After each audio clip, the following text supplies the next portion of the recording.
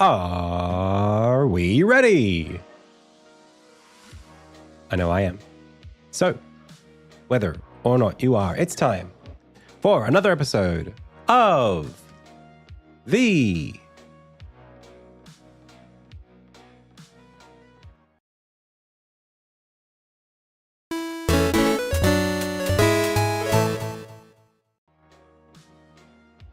Indie Tales Game Dev live stream. Hey, my name is Adam. You are the Pixel Pals. I've already said the name of the show, so without further ado, it's time to go. Sorry, just trying to get the volume right. Today we're going to be working on more Insignia dev, of course, and yeah, I'm pretty excited to work on it. I didn't sleep very well last night. Man, this dog next door, I'm actually concerned about it. The next door neighbor's dog has been barking.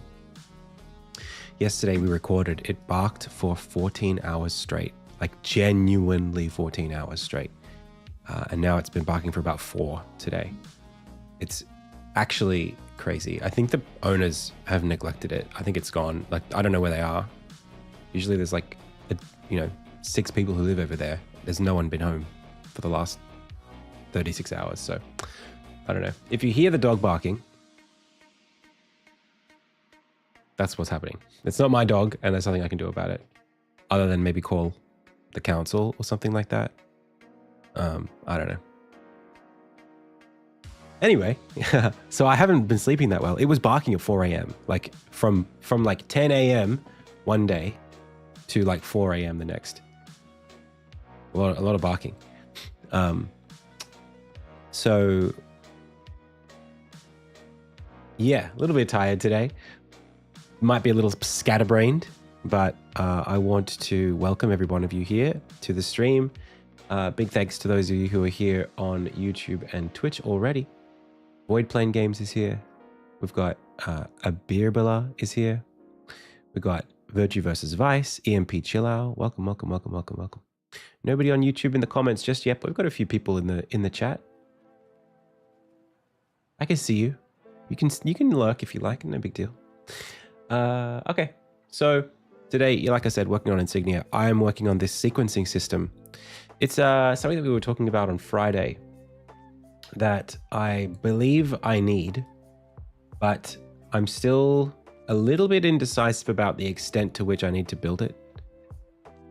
It's a funky one. I actually had a bit of a chat with ChatGPT about it just to see what it would think. Before I say that, I will say also I've been editing a video. The video that we recorded last Monday, it's edited, but I needed to add a little bit of a pickup recording, just to shoot a bit more, and I couldn't because the dog was barking next door. Like all day, I was like, I just got to shoot about 5 minutes, and I never got a chance to do that. So I'm just going to wait until I'm less tired and when the dog's not barking, and then I'll record it and finish the upload then. It's actually crazy to not be able to record because of sound, but that's the world we live in. So, yeah, I have been doing a lot of thinking about what this sequencing system is that I need. And I think I've got a pretty good understanding now of what the problem space is that I'm working in here and what the solution kind of looks like. Over the weekend, I was also talking to a bunch of team members from Insignia to start up basically conversations about our contract. So we are in a place where we're pretty much ready to draw up the schedules and start them on chapter 2. I've decided that's what I want to do, and then I'm ready to do that. So that's what we're doing. I've been chatting with them about their expectations on the role going forward and whether or not they need anything changed around scheduling, timelines, that kind of stuff. And seems like we've got everyone back, so that's good. Yeah, I think big thanks to TJ and the Primogen for that meetup that we had back in March. That helped me out a lot, as well as this museum game that I've been working on. That's helping pay the bills. So the team will be back for the back half of this year. All right. So, sequencing. It's actually something that I've never really put that much consideration into. It's a system that's very invisible. This is not something that is player facing. It's not really there to be appreciated. It's just there to make things seamlessly work in the background. And we were spending some time on Friday talking about this like data structure. Is it a queue? Is it a stack? Is it a priority queue with states? Is it a state machine? And it's sort of a bit of all of that. I had a chat with ChatGPT and I was like, okay, what is this thing I'm trying to build? And how would Nintendo build something like that? It's actually pretty insane how easy it is to talk with ChatGPT about something like this. I sort of like casually mentioned Breath of the Wild and the Sheikah sensor, and it was able to essentially discuss this scenario with me without any feedback. I didn't have to give it the actual example more specifically. I was just like, oh yeah, you know, when you get the Sheikah sensor, it's like, oh yes, and there's a cutscene here and it does this. And definitely the state change between this and this is like this, and it was good. So yeah, it was such a specific thing for it to be able to speak very, not just confidently, but accurately about. And its suggestion was that actually what's probably being used at Nintendo is something closer to, suspense, drum roll please, like YAML. So I've never really needed this I've never ever needed YAML as a feature of anything that I've ever built. I usually go for something like JSON, which is also an equivalent for this. But in Insignia, there's essentially nothing like this except like the scriptable objects, which are technically something like YAML/JSON, but they are handled, the actual content of those files is handled by Unity. They're not human editable. So what this is YAML is a markup language. Okay. And this kind of got me on a bit of a path here. So what we were describing on Friday was like, hey, you know, we've got this tower thing. In fact, I've got it here in Figma. We can talk about it like that. So you can look at this, right, and say, okay, there's a scenario here where there's a game layer, there's a cutscene, there's a few things that are stacked on top of each other. In fact, I would probably now take this and this, and I would say, actually, this is happening all on like one big layer called pedestal or something like that, right? Like we've got all these, I guess you could say, moments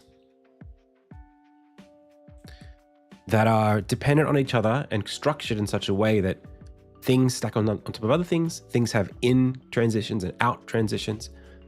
And there's dialogue interrupting, lots of different interlocking systems that, for those of you who don't know what we're talking about, we're discussing very specifically this moment in Legend of Zelda Breath of the Wild that just kind of flexes some of their game management systems.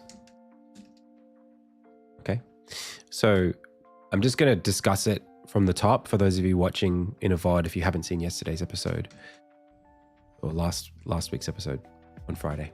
So this is the thing that I'm trying to replicate in Insignia. It's a background system that is capable of managing the game's state across many different layers. Okay, so player interacts with this pedestal. A cutscene, a very short cutscene plays of Link placing the Sheikah Slate in the pedestal. Okay. Then there's some dialogue. Then the camera pulls out, a new cutscene plays of the tower being activated for the first time. So Link can interact with pedestals in other parts of the game that don't relate to towers. So that's like a little module Link interacts with pedestal. The dialogue is clearly unique to the tower. This tower animation plays anytime a tower is activated, but towers are activated at pedestals on the towers. We see a portal enable. That's a separate cutscene. Link turns back to the pedestal, and we have this scanning area cutscene. Again, another sort of separate module where we're specifically, the tears coming down from the Sheikah stone happen in multiple times in different places. We open the map, we show a specific region of the map being unlocked. Right, that's a map feature. Again, more dialogue. We see a Sheikah sensor ability unlock happening over the top of the map unlock, which is happening over the top of the cutscene scenario we were just looking at. That dismisses. We return the Sheikah Slate back to Link. So we're now destacking off of the stack, popping off the stack. And then there's one more thing where we see a first time little tutorial for this little Sheikah sensor icon and some text describing that. Then player control is given back to the player. Okay, so it's a series of things that stack on top of each other or in some sort of data structure that allows the game to manage the player's play state such that you never have control over Link at any time. The time scale is the same throughout all of that. It's all managed very carefully. Nothing needs to be like, everything happens seamlessly across different systems. So right now in Insignia, all of those systems are possible to exist. I do have things like that where you've got a tutorial that might show up after you forge something for the first time. The tutorial takes control of the player control and it moves into the menu and equips something in the equip menu. And the player can just press OK to move through that little sequence. But this is doing some even more sophisticated stuff than that, because there's in Unity, this would be like multiple timeline editors. So like one, that's a timeline asset that controls some animation of Link doing something here. This would be a timeline asset, a separate one of the tower, zooming out of the tower, wheeling around it with the music. This would be a separate asset with just the thing lighting up. This would be a separate asset of like the camera panning down as the Sheikah stone drops a tear onto the Sheikah slate. This would be not an asset, but some kind of scripted series of something, right? Some sort of data. Hey, Rafi, how's it going on YouTube? That shows the current state of the map and then this unlocking. This would be a separate additional set of, rhythms, right? There's a shader that beats outward. There's some text here. We're unlocking something that sits on top of this, right? Lots of layers, and then dialogue interleaved between those things, and then also obviously the exit. So what's driving all of this? That's the question. Certainly it's some kind of state machine of contexts that have intro and outro layers to them. Like I would say it's something like this. So there's the game layer, we're just playing the game, running around. Then there's the pedestal entry. So you've interacted with the pedestal. Now we're inside of a cutscene sort of state. There's the unlocking the tower. Then there's the menu that shows up. Well, there's actually also the teleporter being activated in here. The modal shows up that brings up the map menu. And then the map menu has the thing where it shows the region. So this actually has an intro as well. We didn't quite show that. Modal intro.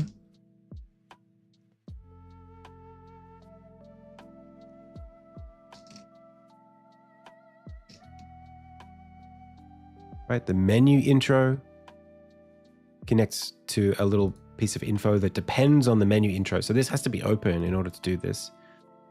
Then we see the Sheikah sensor upgrade. Then we see a bit of the map. We go back out of the menu. We dismiss this context by showing the exit cutscene for the pedestal. And then we return gameplay. In fact, there's one more here. There's the tutorial. Sheikah sensor prompt. And then gameplay. So the question is, I had a few questions on Friday that I couldn't answer. I can write a data structure that can do hierarchical states. That's perfectly reasonable. It's not a problem. The question is, what is the data container for when somebody needs to author one of these structures? Is this structure described at editor time with some kind of file? Or is this structure resolved at runtime just by virtue of a bunch of systems trying to get in and do something when some flag is triggered? And the way that those flags kind of, is it a question of, there's all these systems here, they're all just hanging out, and they happen to have these little flags sticking off them, but they're just waiting for, and they're all different colors. And in the game timeline, something happens, and then this flag goes, oh, me, and jumps in, and then that triggers something else to go, yep, me, and that jumps in, and then something else happens, and this goes, oh, yep, me, and jumps in. Currently, this is what happens in Insignia. And because there's no formal structure for any of this, what happens is between this flag getting set and then this one saying, oh, yep, that's me, my turn, sometimes there is essentially a gap where the game doesn't really, there's no guarantee. Like here, for example, imagine if the pedestal exit cutscene was waiting for some flag to get set based on one of these things to know to exit out of the pedestal sort of state. What might happen is that there's like a frame or two of gameplay where like the player actually can control the game, right? If there might be a race condition or something similar where, okay, like we've closed the menu close, timescale goes back to 1, player control goes back to the player, and then like a frame later, the system goes, oh, actually, we needed to play the cutscene to dismiss the pedestal, right? So, correct, roving eyes. So the question of, are these runtime things? Are they editor time things? And if it has to be both, then the question is, what is the way that an author describes this thing? How would I make a file where it says, okay, first thing that's going to happen is you open up the pedestal, then you show this cutscene, then you open up the menu, show the map region, unlock the Sheikah sensor, show the prompt afterwards, done. That would be best described as some sort of a recipe or a list, some sort of markup, i.e. YAML is an example of that. So YAML is like, it's a markup language. It's not that different from something like HTML, right? It's the idea of you're trying to describe a bunch of nested information to create a structure of some type. HTML, XML, not CML. XML, JSON. These are all essentially useful as data containers, potentially for markup.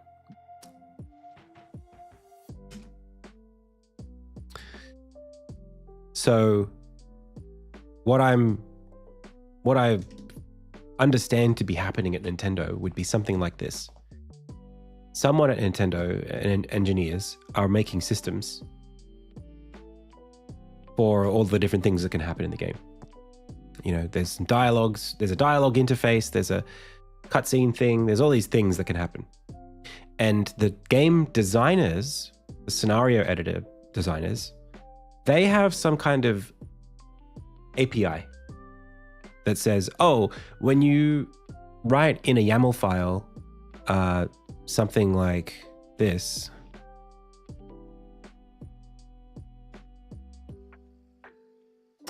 you might write, okay,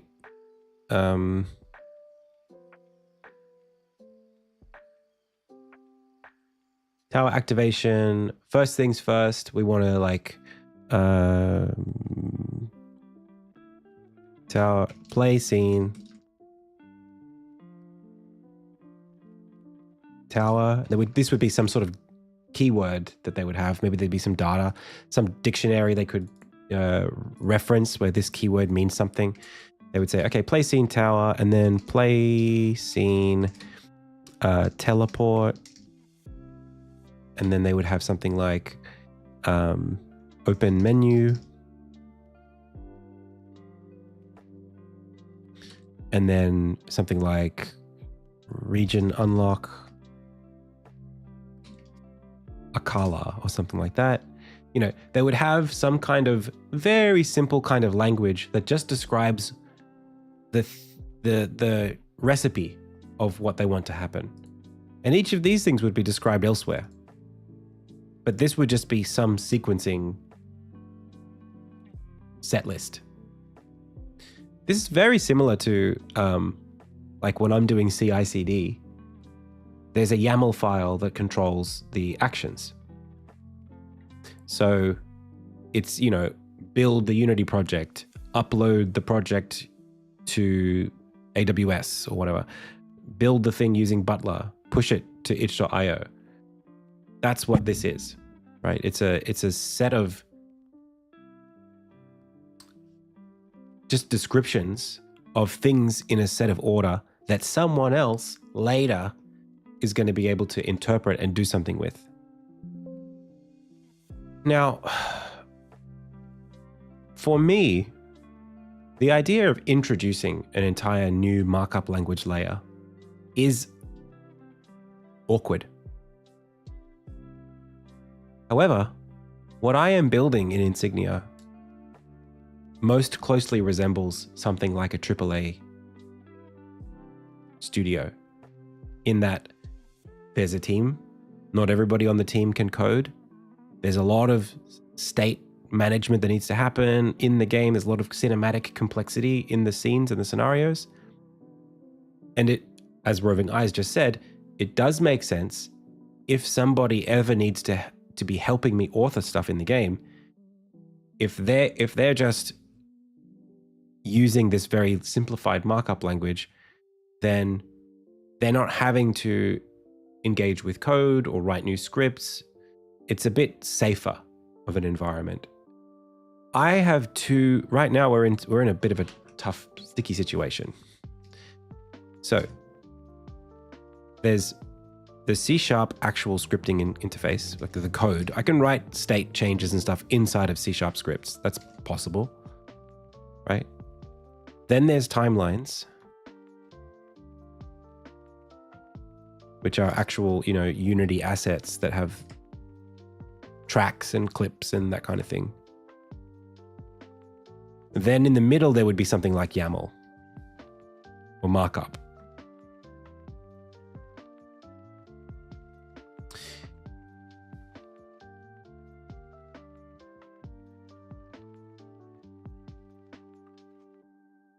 The problem that we have right now is that I've got a bunch of systems that could very well be represented in markup.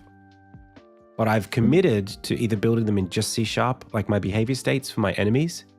Those could, it's actually crazy how much of a solution this would provide to enemy prototyping in Insignia.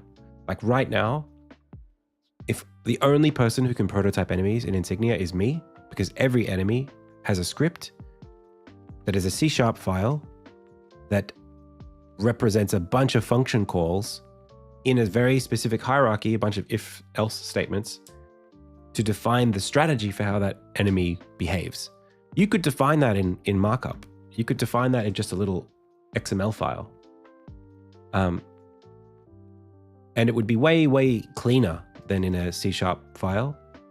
But logically, there's not much difference between them. Like if I'm the only one doing it, then it's fine to just keep it here. Like it's not a big deal. But because there's, you know, if you just stretch a little bit further, if we were a little earlier in the project and we had 2 more people working on the game, maybe 8, 10 total, you would definitely use something like this. But we're already sort of committed to this, so yeah, it's fine to just keep going like this for now.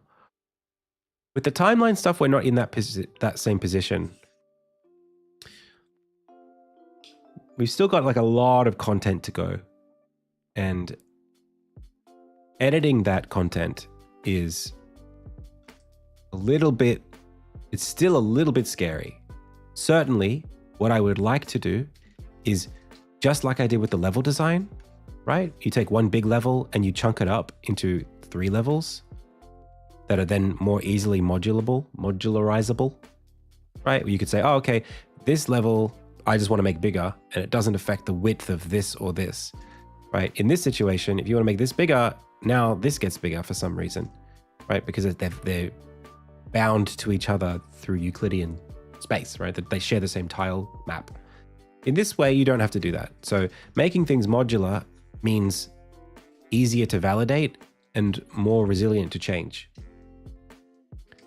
My timelines right now contain these entire, well, it's like, for example, I'll have like a forge point system in the game. So it's like, okay, we're going to make something on the forge. That's like a thing that happens. And then a flag gets triggered that says, oh, first time. Okay, tutorial system happens. And the tutorial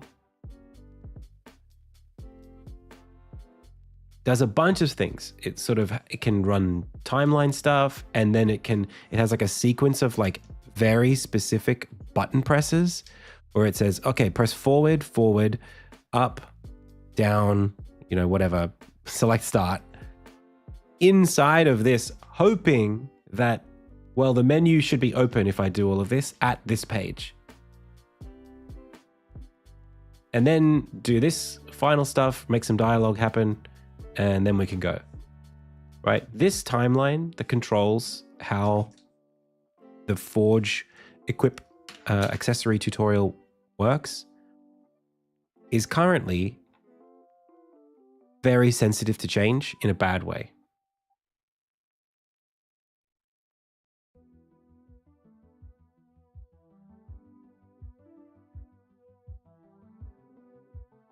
Okay? Because if I change how the menu is arranged, if I change what's placed where, all of this is wrong. So this is an affect of the fact that I don't have a more logically abstracted way of engaging with my game's systems. I can't create these YAML suitable hierarchies for the content, for arranging the content. Ideally, what I would want is essentially an API system where I can say, hey, I've described something in some way. It's a script, it's a timeline, it's some markup, whatever it is. And I can talk to each of the things that meet that interface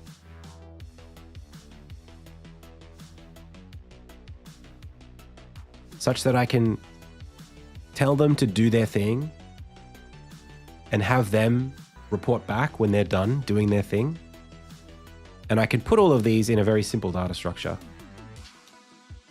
So I can have like 3 timelines back to back, right? I can have a couple of timelines and some dialogue.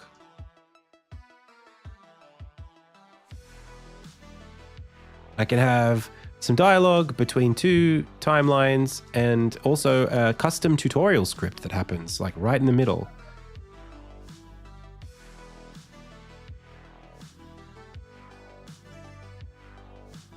And that happens to be this thing, which, describes blah, blah, blah, blah. This thing happens to be this thing, which has all this blah, blah, blah, blah. The goal would be that the description of what happens in what order is robust so that it doesn't break.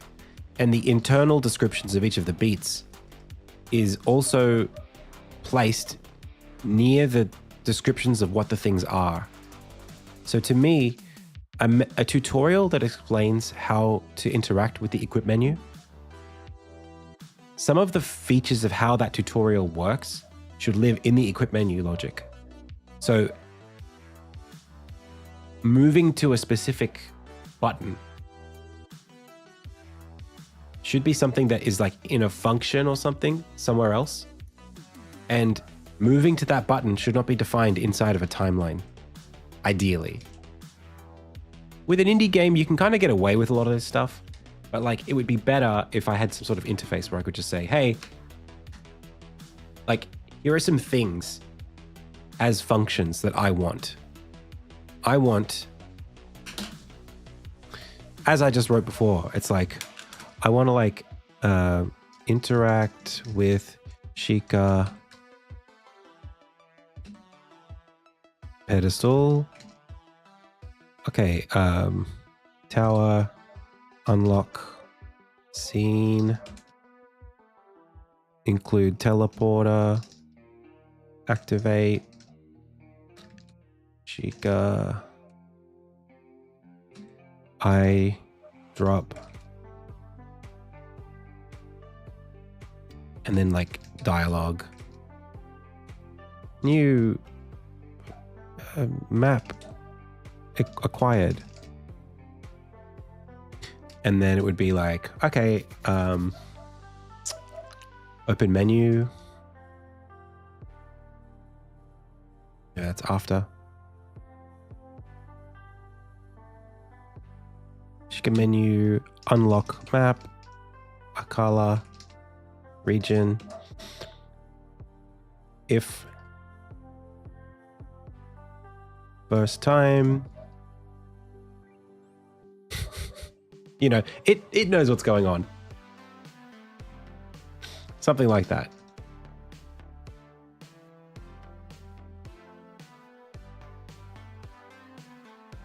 And then the value of this, as opposed to just a list, is that Sheikah menu, when this finishes, Sheikah menu has a dismiss feature that closes when this closes. And when this finishes, Sheikah pedestal has an exit function or feature that happens when that happens. So basically there's like an end bracket, you know, the encapsulation of this stuff is what's important. It's the fact that there are scopes. That's what's valuable here.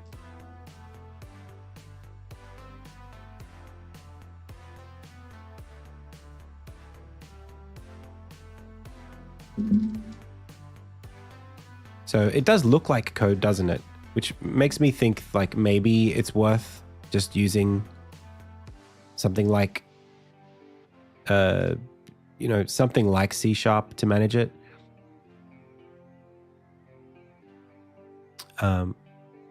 It's just that I'm not a big fan of having scripts that are data. Scripts should really be logic. Data should be files, which then means maybe we have some sort of an editor. We use scriptable objects. The scriptable objects are, I've done this before actually. I did this in the, like my items, for example, or I had mini games.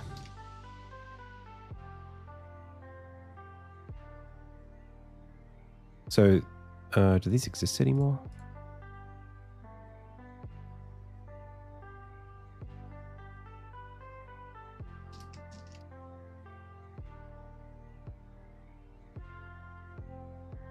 Yeah.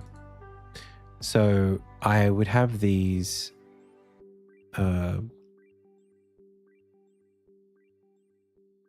things called processes, and they would have it's a scriptable object, or even like iron sword actually.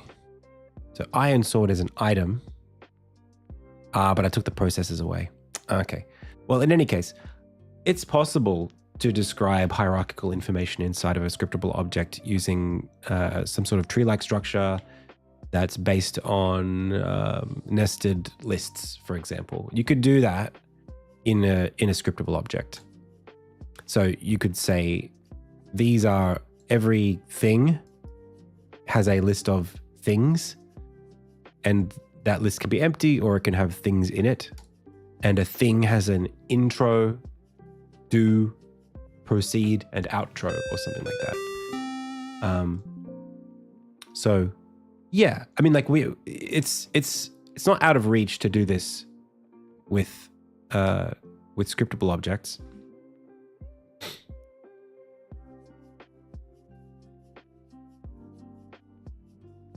Hey Eyes, thanks for the sub. It's not out of the question to do it with scriptable objects. That would certainly be in that would be how I have done it in the past. It's just that the content of those scriptable objects, I don't know how that would be validatable. I don't know what it would look like. Like a tree of enums, you know? Hey, acid giraffes, welcome. So, you know, I'm not sure how to implement this, is what I'm trying to say. I don't know what the right way to build this would be. In the meantime, like one of the things that I sort of determined is that I think that we will need for the system to tolerate runtime population of the stuff and editor time. So we don't have a solution yet for editor time. Like, how do we serialize these things into some sort of data structure? But it's 2:41 p.m. But the runtime population of this data structure of the system is something that we probably do need to handle. So the classes that will be populating the tree and scheduling themselves and, you know, going in and exiting out, those we can build that today. So I'm going to take a quick break because I got to get to the bathroom. But when I come back, I think we'll just start building it. Okie doke. This is the wrong project. Context system.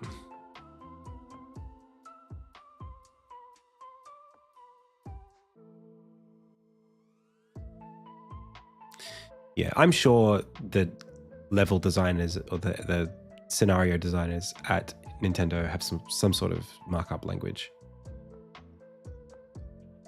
Are you going to move UI state to config or YAML files? Probably not. But that's an example of something that I could use to achieve the thing that I need.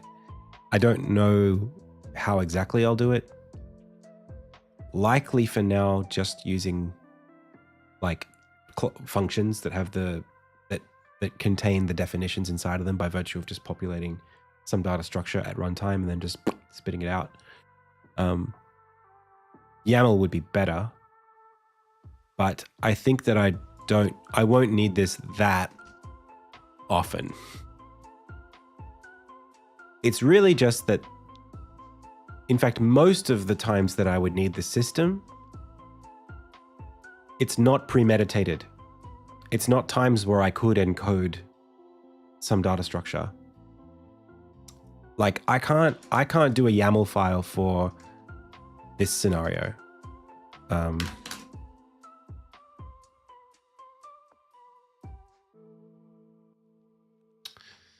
me see if I found it anywhere.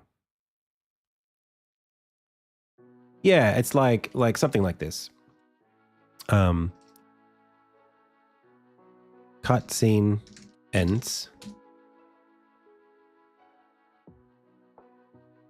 which completes quest.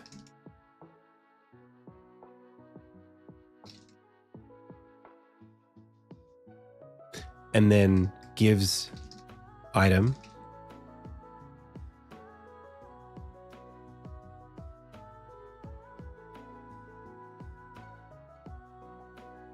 And then loads level.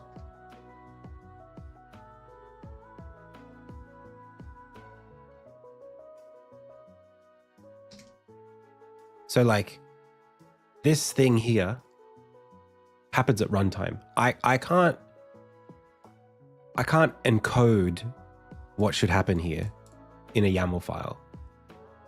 I mean, maybe I could, but like this, there might be like another version that's similar to this where it's like, oh, instead of giving you an item, it does something else. Like maybe it starts a new quest. So I'm not going to sit here and encode every different version of what needs to happen. Instead, it needs to have some sort of logic to determine priority, I guess, or something like that. And that I don't need a YAML file for. I can just write that out somehow. So you had a factory for translating enum entries into behaviors/state. I also include properties for varying behavior intensities. Looking back at it, it was still a pretty technical DSL for making a visual editor for non-tech. Oh, and making a visual editor for a non-tech author would have involved making a little simulator game loop. Yeah. I believe that the state can be on the YAML, but the event itself is going to be handled by a script, some sort of event listener.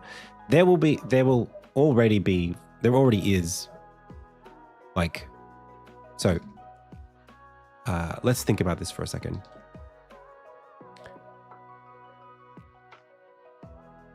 I have like a context system that looks like this.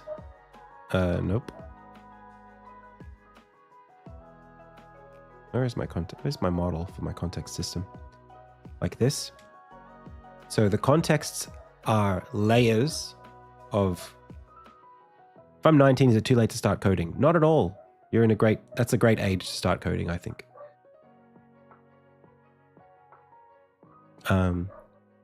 So we're talking about, also really sorry about that dog. It's not my dog, it's the neighbors, and they've been away for a long time. I don't know when they're coming back, but the dog's been barking for literally over a day straight. So you got the game layer, that's like the empty state. Then you've got menus, modals, dialogue that sits on top of that.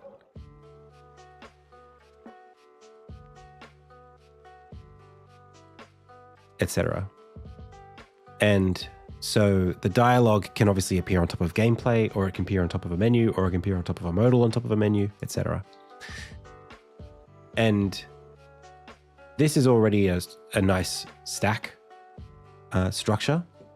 All we're missing is the ability to queue up things over time. So I've chatting to ChatGPT. I think a hierarchical tree structure is actually really good for this kind of thing. It's just sort of upside down. You know, if you take the tree and instead you think about it as a bunch of buckets, that's what we've got. So the idea is like, you just need a way of, I guess, deciding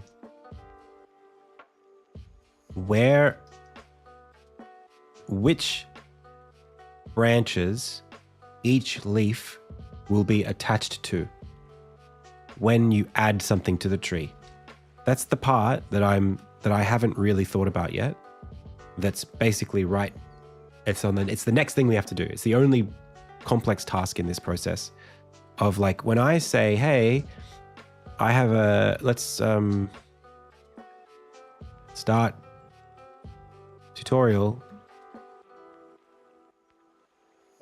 and the tutorial happens to have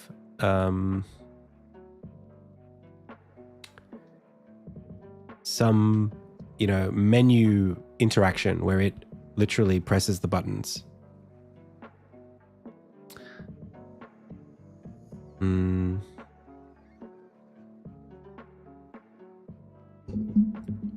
Oh, wow. Wow, actually, I think I'm starting to pick something up here. This tree structure can be formalized as a literal data structure, or it can be considered the encapsulated states of the systems themselves, as in, if I have a thing that presses buttons, that's defined in something that the parent script says, hey, do the thing where you need to press your buttons, but doesn't know about them. So it could just be a bunch of, well, I was chatting with ChatGPT about this yesterday, and this exact moment came up here, where if you nest the logic so that you don't actually, there is no data structure. It's just like, well, play this cutscene, and the cutscene says, okay, I'm playing the cutscene. Go to this part of the menu, and the menu system says, oh, press these buttons. Then looking at this cutscene, it doesn't know about what buttons get pressed, right? Like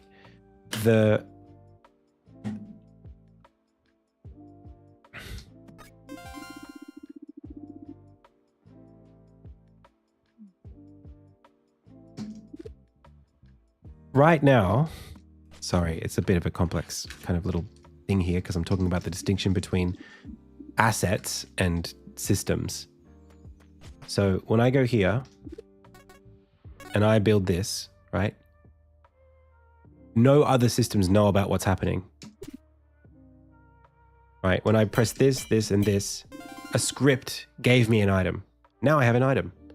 And then getting the item triggered a response to play the item got sequence. So to the player, this is all sort of one seamless thing. But for me, these are different things. So this dialogue is not part of the fact that I just made something. The dialogue is part of the fact that I received something. And the thing, the little cutscene that knows to show this item doesn't know how to print text. It only knows how to send a string to the cutscene system, which knows how to tell the dialogue system to print some text. And then this is part of a cutscene that got triggered by the fact that we just got an item for the first time. To me, those separation of concerns is a good thing. I think that's good. I don't think it's valuable for us to be able to I don't think that we need to know how things get done at the more specific level, at the button press level. We don't need to know. However, this moment here where there is sequencing happening that is arbitrary, like the dialogue is not being triggered by some effect of something happening. The dialogue is being triggered because I told the dialogue to get triggered. The button presses are happening because I told the game to push the buttons. Right? I guess in this scenario, it's like, well, what else would you do? You could add another layer of abstraction and say, like, equip. You could have like some function that says, go equip something. I think, yeah, in this instance, it's actually okay to hard code this stuff because the alternative would be to raise the visibility of all of this stuff that's happening, these function calls, to some level of abstraction where you could see where you could sequence out the bigger things, the bigger abstractions. I don't think that's worth it here because there's not that much going on.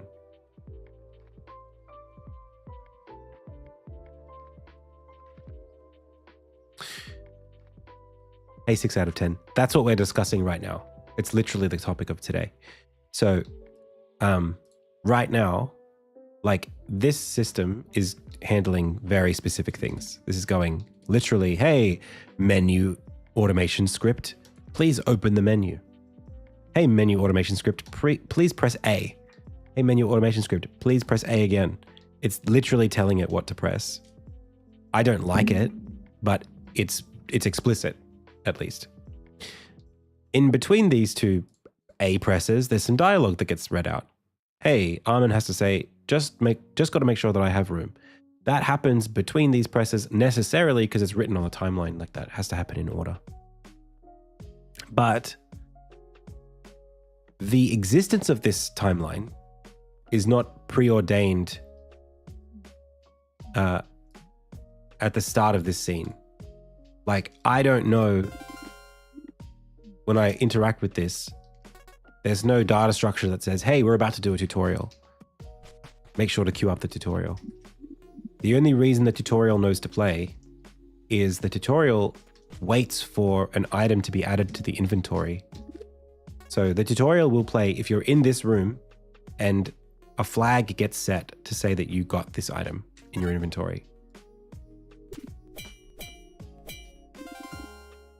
So what we're asking is whether or not that should be encoded somewhere. The thing that I'm mostly concerned about right now is I have a thing that I'm designing that's exactly, it's exactly this. So let's go back. This moment here. So we unlocked a new map location. The map opens up. The area that you unlocked reveals itself and a little beacon appears on the map. Then there's some dialogue that plays. I might want, in this case, there might be a scenario where I want to do that twice. Like there are two map things that happen. And so,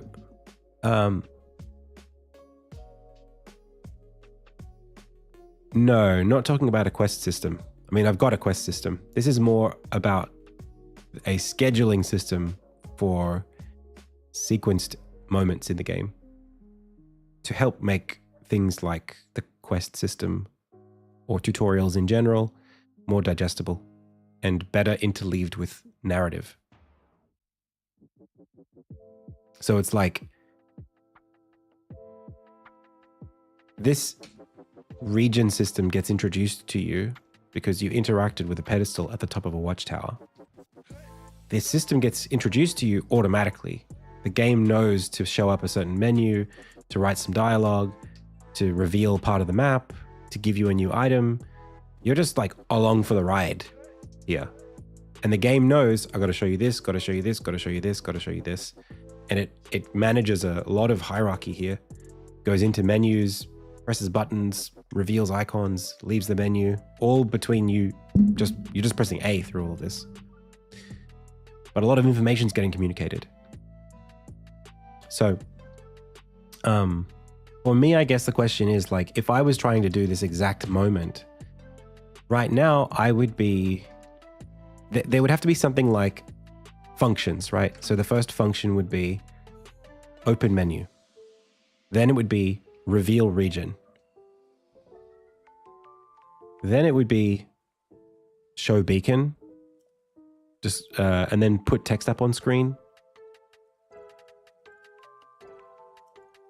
And then dismiss menu. Well, in my case, it would be dismiss menu. Show exit cutscene. And the thing that I'm thinking about is how do I describe that? Well, some of that stuff has durations, right? So like menu open. The menu opening with the eyeball and that thing has some amount of time, but pretty sure that the sequencing system isn't aware of that amount of time. Pretty sure it's just waiting for an event.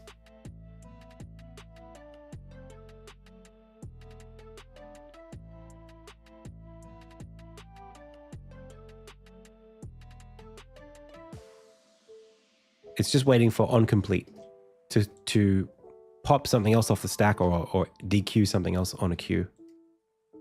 And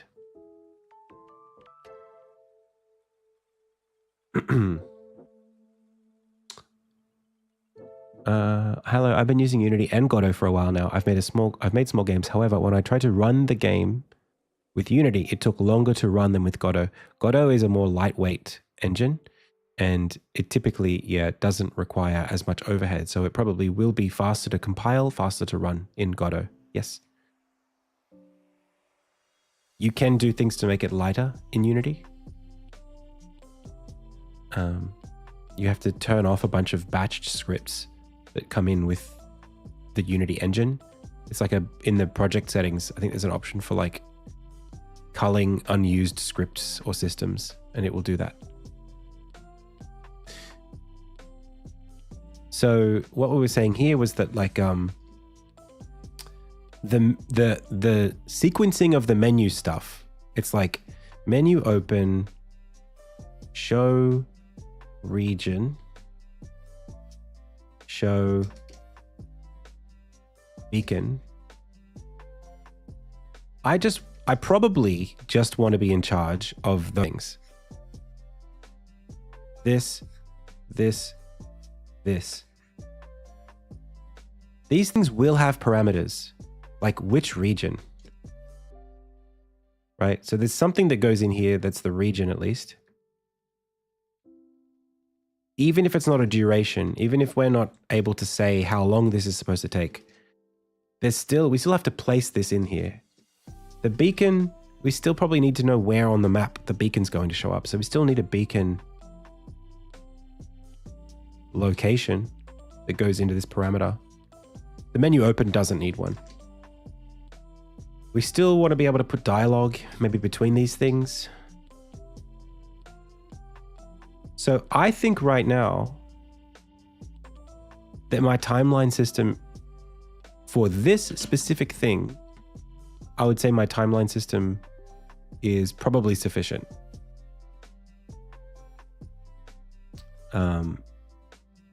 Just on its own, because this looks a lot like my timeline, right? This can be done as long as the clips can be as abstract as this menu open or show region. Those seem like things that would be logical to put in timeline clips, and the timeline clip track. I mean, the clip itself could define its in points and end points. So. Well, no, that's where I'm a bit stuck actually, because on a timeline, these things are controlled, the timing of them, the end event, this event on complete. On a timeline, this would happen when the playhead reaches the end of the asset. When this reaches there, you would expect this to happen so that we could do the next thing. But actually what's happening is this needs to wait.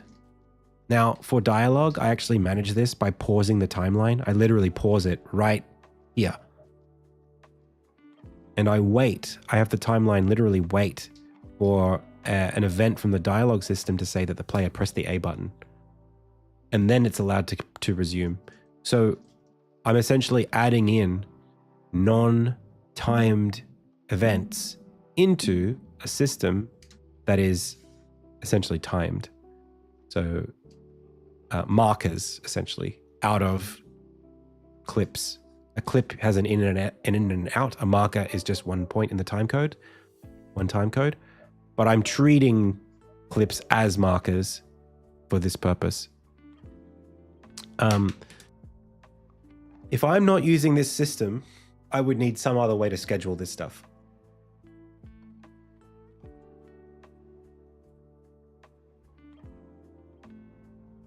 If I'm not using a linear timeline editor. Hey Mojo Jojo on YouTube. I'm working on a game project and I'm stuck at how my enemy can chase my player when in line of sight or enemy detection box. And I'm working on it in Construct 3. Please give me a hint how to. You should, once you've detected the player is within the region, which you can do with like a bounds check or a raycast, then you should just tell your enemy to move towards the player. And so you just subtract the player position from the enemy position. That gives you a direction. And then you multiply that by speed of the enemy. And then the enemy's going to run towards the player. And you do that every frame until some other condition is met or lost. Okay? It's a bit, that's descriptively, that's what you have to do. I know that you won't be able to do it based on me telling you like that, but that's the answer.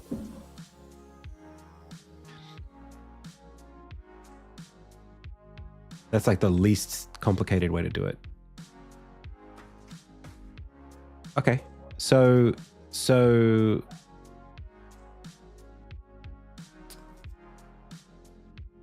one thing that we could do is treat some of these things like clip like we could create a hierarchy out of the timeline.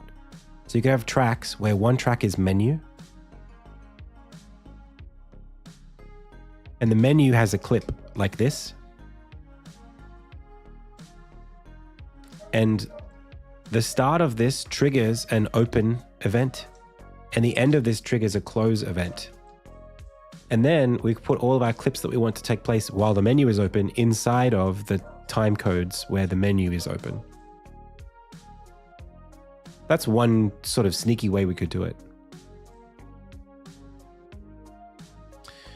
It's just that this might, there might be things that are incidental. It's the injection that's actually the complicated part. So when something needs to happen, like something happens during this sequence, it needs to happen during a sort of like a paused moment such that anything can take place inside of this, which is kind of what we drew earlier here. It's like, the tablet has been interacted with. That opens the menu. And then a bunch of stuff happens that's not part of the timeline. It's got its own sort of timeline or whatever. Would a simplistic duration / wait for decorator wrapper that can contain some object and then just waits for that duration be of any use? Yeah, I mean, all of the system itself that manages this is the tough thing. This is a definitions question. So the thing that we needs to be able to handle this. The thing that we're trying to build is really just a queue of things. And each thing has an in and an out point. That just is a bunch of logic or time or who knows what. It doesn't matter, big black box. And then the thing has an event that fires when it's finished. And when it's finished, it pops the next thing off the queue. And when we do the in and out for that thing, and we just sequentially go through all the things until we're done. And there's no mention of time in any of that. It's just, we're just waiting for events to fire. And that way it's like a state machine. That's how my behavior states work. So I've got trees of logic. And this says, hey, this is my active state. Active state says, hey, this is my active state. And then it just waits for this thing to say it's finished and then decides what to do next.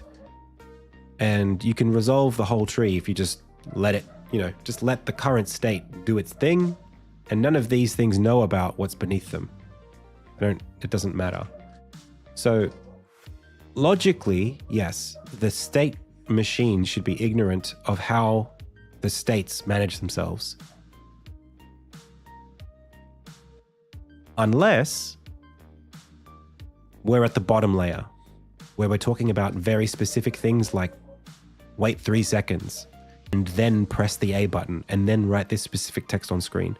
At that point, when you get to the point where we're describing literal things that happen, that's where I think having a timeline editor makes sense, because it matters how long things appear on the screen. It matters that we press A and then wait a second and then press A and then wait a second and then show an item and then wait for player feedback. And then like those things are very direct. You want to direct them because they're a question of,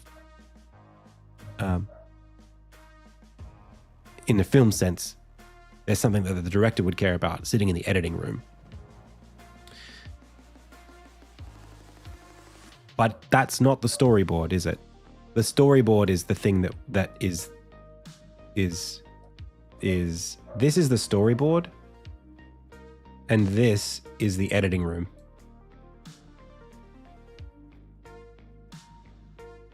How important is it that all of these continuous timelines versus separate timelines are happily waiting for the trigger interaction, or what have you? But that, I guess, starts to blend into the more dynamic system. Yeah, dude, that dog was barking from 10 a.m. yesterday until 4 a.m. this morning. And now it's been barking since 11 a.m. until it's now 3 p.m. It's just, I don't know what's going on. Our neighbors haven't been home for like over a day. They've got 2 dogs. There's 2 dogs there. The other one's just sitting there. It just sits there and watches the other one bark all day. It's madness. And it's barking at absolutely nothing. It's just fenced in and it just doesn't like where it is or what's happening or whatever. And it's just barking. All right. So, man, apartment life, we didn't have this problem, although we did have other problems. Birds. So, I think we just nailed it. Data structure wise, it's the difference between top-down scheduling. It probably does need water now. I think I imagine it, they own 2 dogs. I'm sure that there's a dog bowl with water and there's food. But the dog barks because it gets anxious when its owners aren't around. That's what it's barking for. And the owners they leave it out. And if it's not in the house with them, it barks. And normally when they're home, they just yell at it and it stops barking for about 5 minutes. And then they'll just yell at it again next time it's barking. But when they're not home, there's no one to yell at it to tell it to stop barking. So it just barks. I've never owned a dog, but it's pretty clear that's what's kind of happening. It's basically scared that it's alone. And it's going to bark like that until its owners come home and tell it to stop barking or bring it in the house. And there's nothing you can do. You can't, if I yell at it, well, that's an intruder. That's giving it cause to bark. They're not home right now. They are bad owners.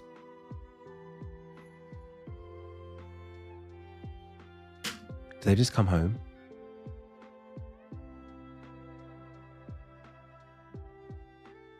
I don't know. Anyway.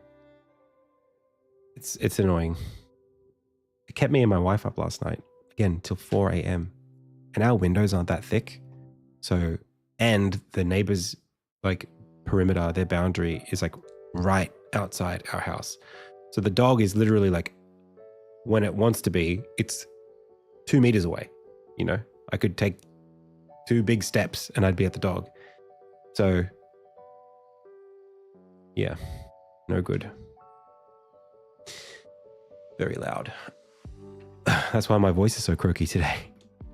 So, yeah. Right now, I don't think that it's practical for me to go down the road of building this YAML-based. That's not an A. That's an A. I don't have any energy right now or enough reason to build something that manages this stuff using. I don't have enough cores to build a data system, a data file container. All I think that I need for now, I think it's okay to add. The only thing I need is something very similar to how my dialogue system works. I just need to turn that one implementation into a pattern. And then I just use an interface to interact with that pattern. And then I can have non-linear time things happening on the timeline, and they just pause the timeline while it waits for them. So here, it's not ideal. Really, it's not ideal. But for now, if you're watching, watch this.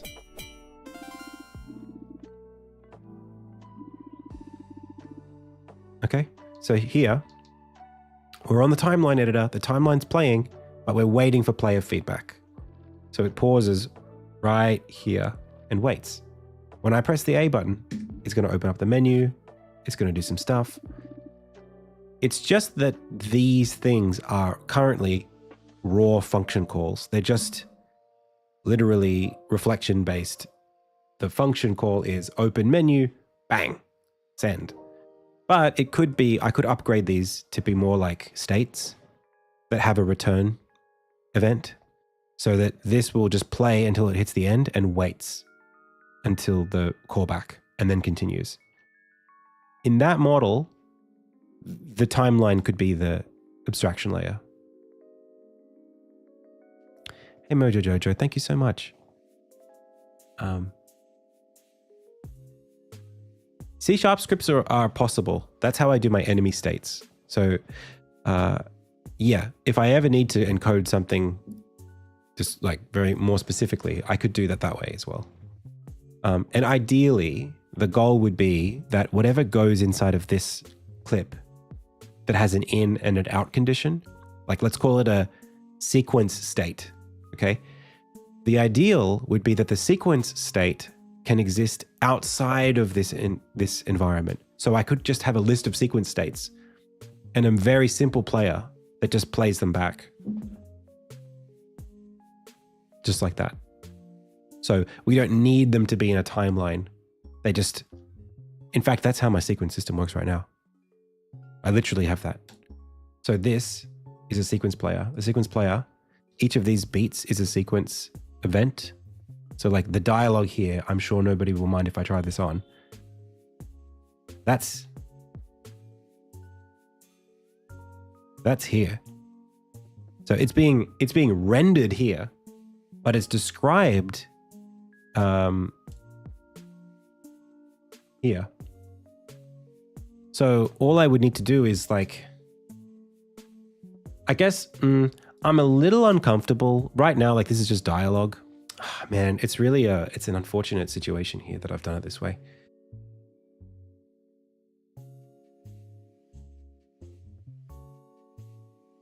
I think what I need essentially is just the way that I've done here. I just need a separate system that can be wrapped into a playable and placed in a timeline if I want it to be. Otherwise, as an object, it's just an object that I can use to be put in an array and just pass through the things. So, like it would be nice if those lived on a timeline, on a sequence. It's just that the current issue is that sequence events, so this event sequence thing, the story sequences used to be able to handle lots of different types of things. They still technically are. So like animation, sound, dialogue, and like a send message string was another option. Like literally just the string of a function that I want it to be called somewhere on the game object that's playing this thing back. What that should be, what it ideally would have been, was an array of things that meet some interface or something. Instead, because of how Unity serialization works, every event has all of the things that it could have in it. So like this text has the data object that owns that text, also has a sound effect reference that's null, and a animation reference that's null, and everything else, right? Because it was easier in 2017 to serialize it that way. So I don't want to be messing with that anymore. What I'm saying is it would use my sequence players to just play the things we're describing in the queue. This could be the queue. Like this could have been it. I just manually place a bunch of things in a queue and that's the player. I just can't.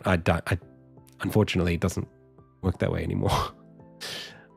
Because this is it's an array. This is a scriptable object, and this is an array of those specific data types called sequence. I think it's called story step right now. That's what I call them. I refactored them. So unfortunately, the sequence player only has an array of story steps. That's what it does. Instead, we would call it sequenceables or something like that. An array of sequence beats or something.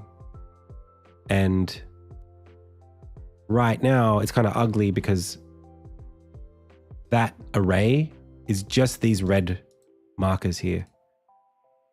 So this would have been great if I had built it in such a way that the timeline version of an event sequence and the normal sequence player version that's just linear, that those things, it would have been great if those things were sort of interchangeable and these were just, it's like a more of a view model question.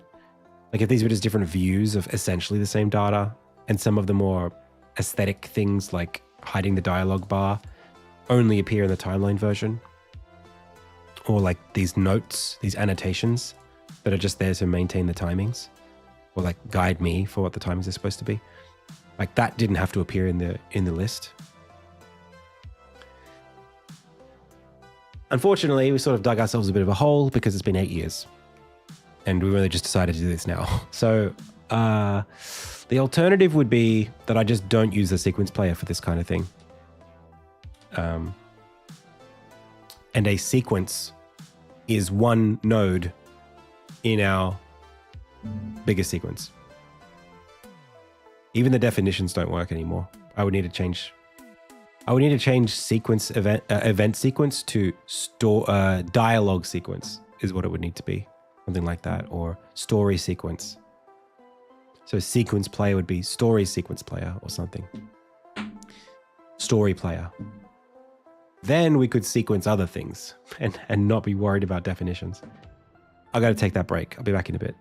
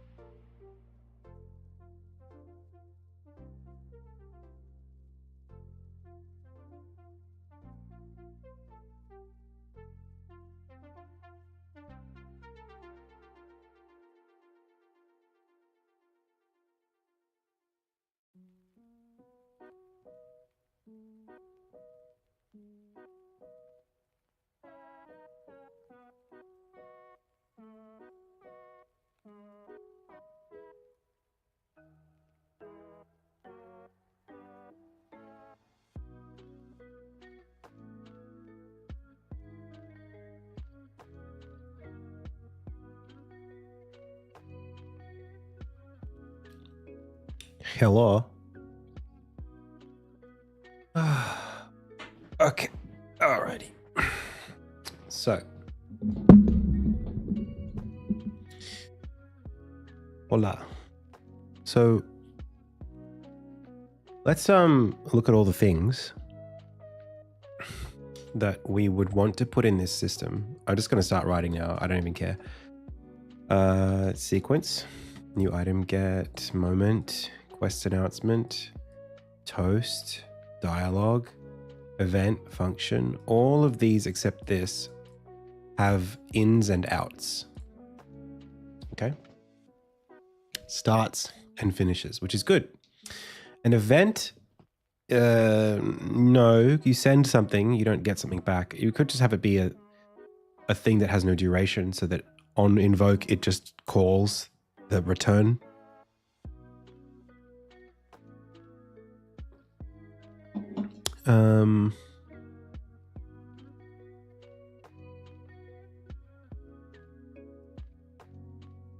And I think these should be nestable.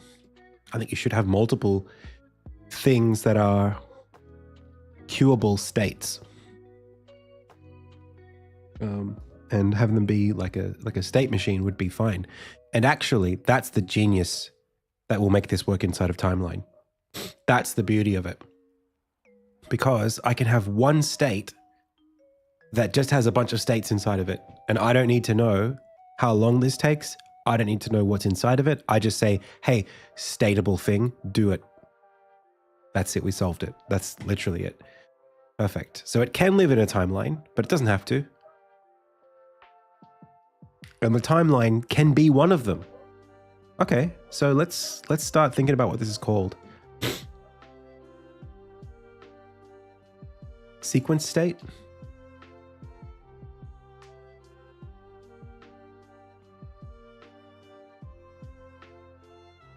I could make it my actual behavior states. Use my actual state system. What are there some dependencies here I should be careful of? State machine. This is kind of like an enemy state machine.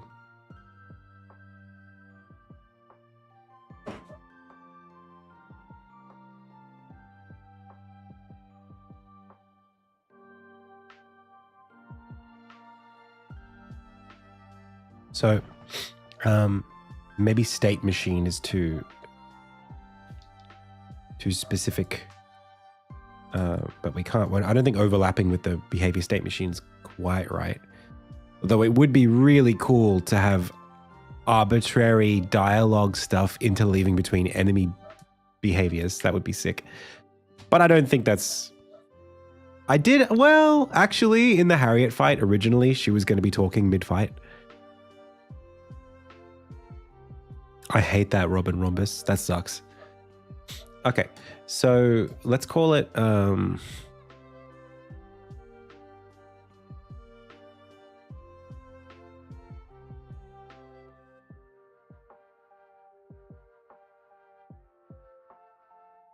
story state?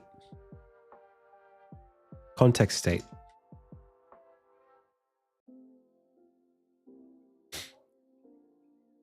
The question is, do these need to be...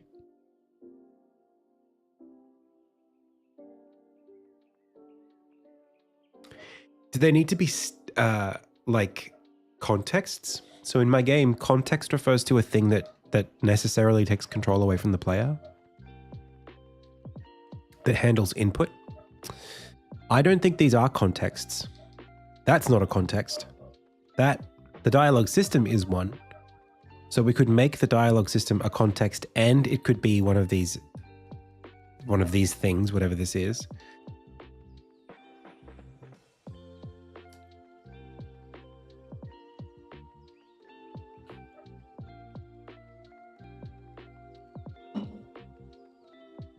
It's really just, I mean, I could call it a beat.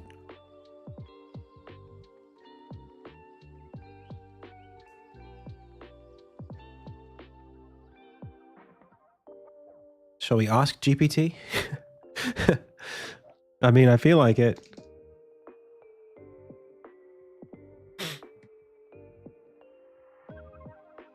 I'm making a game with a sequencing system that allows a number of different systems to be sequenced out in a queue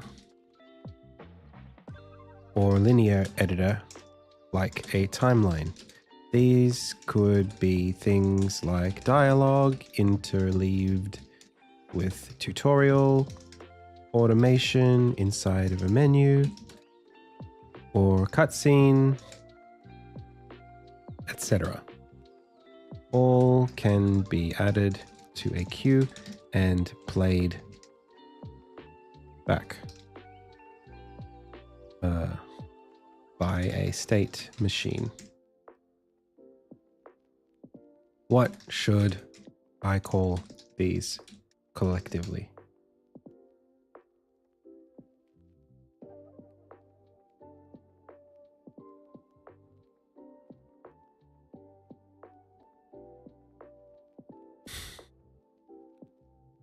Yeah. Yeah, that's what I said. I said beats. Yeah. Yeah, I think metaphor is a good way to go about it. I think we should give it some sort of a name.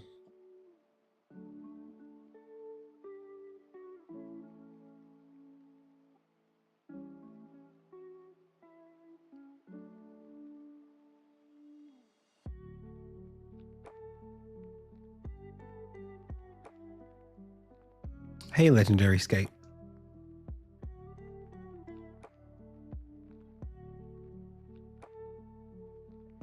I think the fact that they have a duration.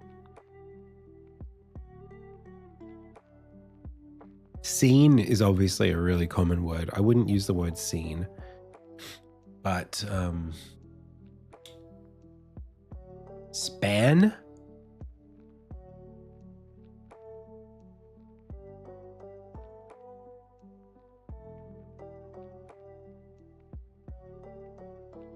Beat is certainly nice.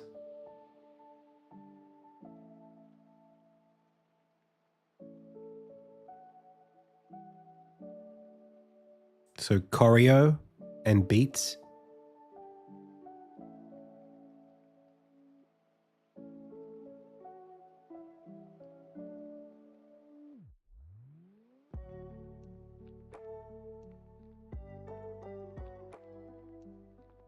I like step as well. State is common for things to take time. Yeah, but there needs to be, I've already got states in the game. So I need to call it something that specifically relates to this thing. Like it could be like rhythm state or something like that, or like context state, maybe. Well,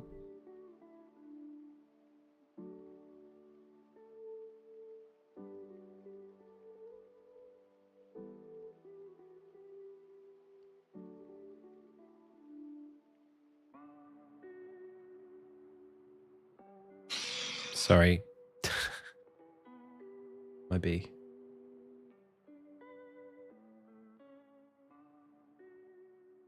I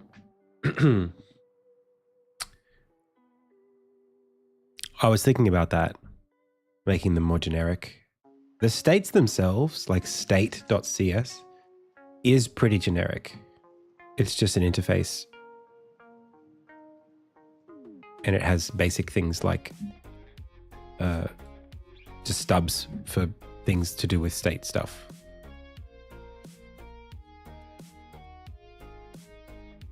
So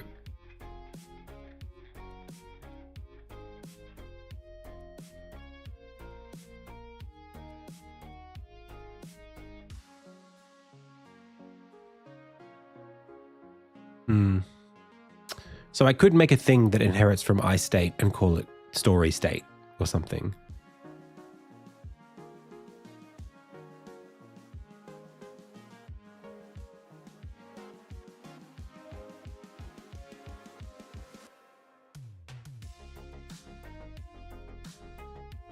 Segment is pretty fun in the TV sense. Like a TV show has segments. That's actually kind of fun.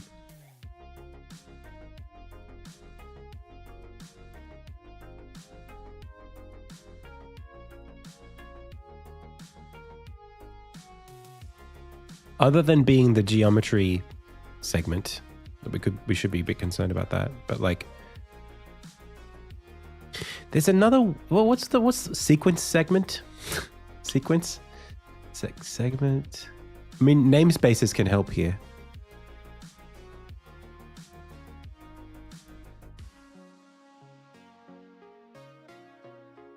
Context segment, maybe. Context system, context state. Context state is pretty good. It's very, if you don't know better though, it's a bit weird. I have a thing called context system.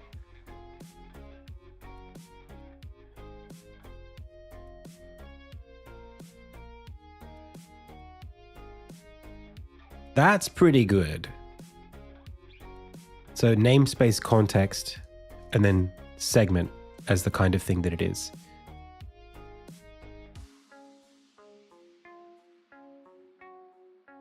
Or it could just be context.state. Context.machine. Because I have layers as well. That is not bad.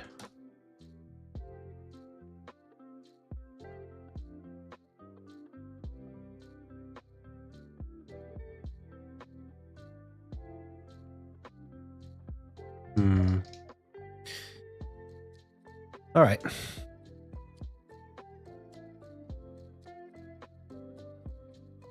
Well, we know we can rename things, so that's fine.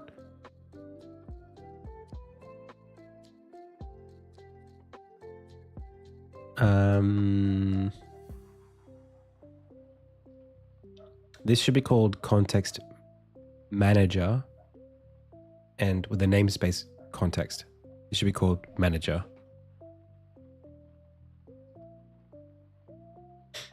Yeah, well, the issue, Zombie Chew, is that I think sometimes, naming things,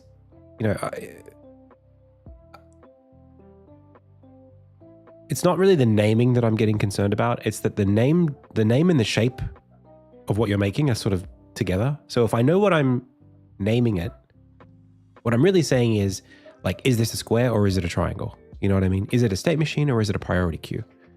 Calling it, going through the naming thing can sometimes build the right associations of like, oh, this is like this other system. If I'm naming it this, and this other system is named that, should these things be the same thing? Like structurally? Like we were just doing it with state. Like, is this already good enough for what we need? It's that kind of thing. And I'm actually not sure. It is a state system. I'm going to be building all the same stuff.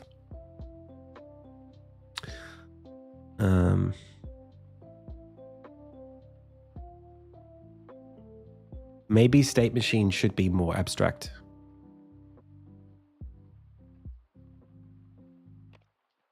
So the naming convention helps, identify the overlaps.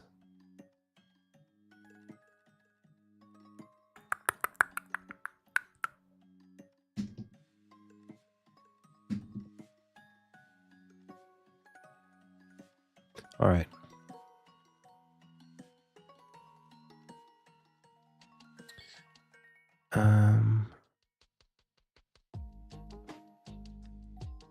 This is abstract class. So the only thing is things like character don't make a lot of sense. So I would need to then create a different level of abstraction for states that were specifically for characters. And then state machines would need to also be a different kind of state machine. They need to inherit from state machine. At that point, does it even matter? It probably helps to keep them overlapping, because I guess I would be able to use a lot of the same logic where they do overlap.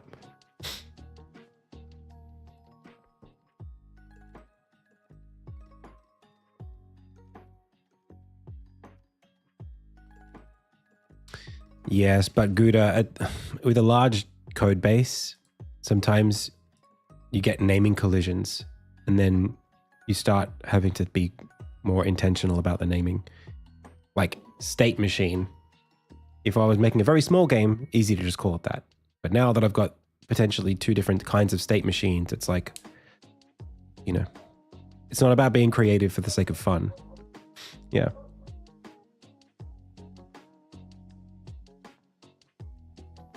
It's about making sure we don't screw it up. Is active state, complete, start time, start frame? There is a bit of a difference here. Okay, let's call this something else then. Let's not use this.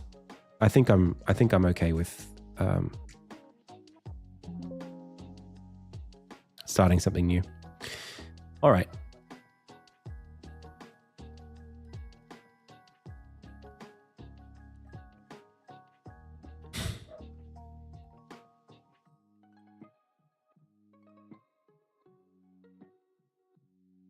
I am going to change this though. Gets referenced in a bunch of places. Is it time for a refactor? Good question. Does context system have anything to do with this sequencing thing? Does it actually have anything to do with it?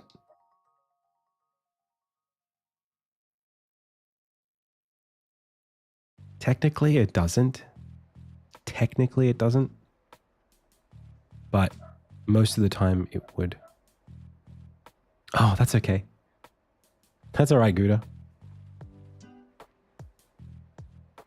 Sorry about that. Sorry, the dog is so distracting. Cool. So technically, we don't actually need it to be context. So it actually doesn't need to be context anything. It's more just...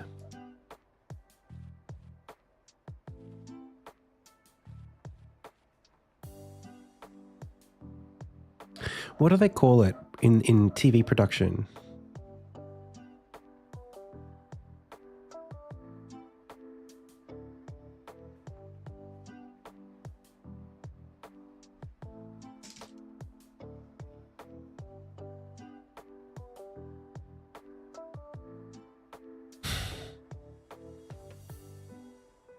Block is pretty good.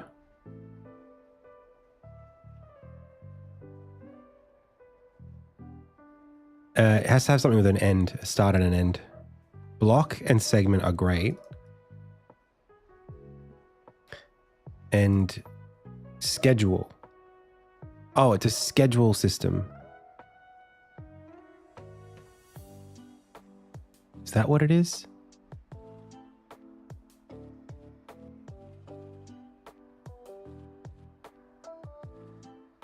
Program with a double M-E would be perfect.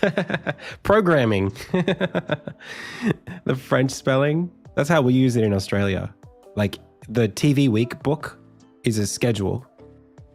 I get a book called TV Week, and inside of the book was all of the scheduled programs for the week.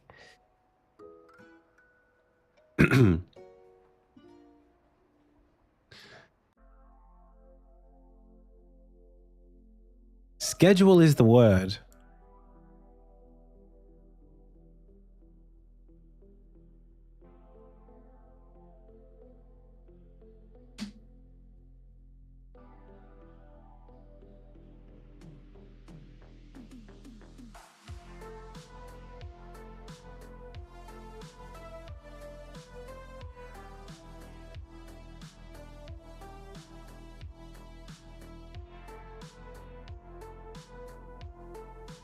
I think schedule is it. I think it's just schedule.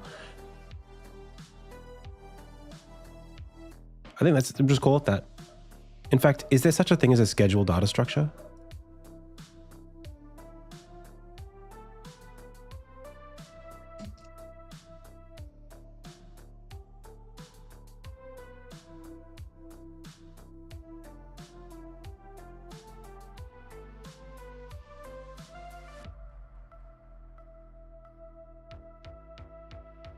No. Okay. We'll just call it a scheduler then.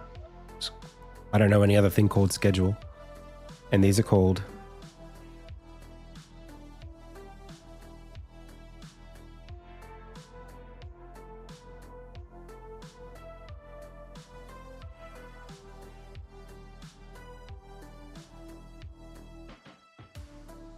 moments, span. It is state.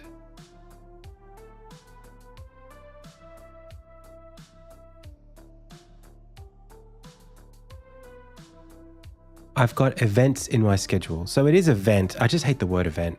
It's so overloaded in programming. Appointment. Okay. All right. Well, let's just move forward. So,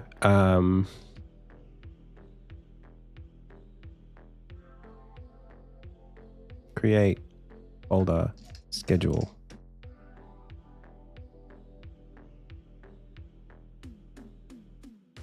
Create script.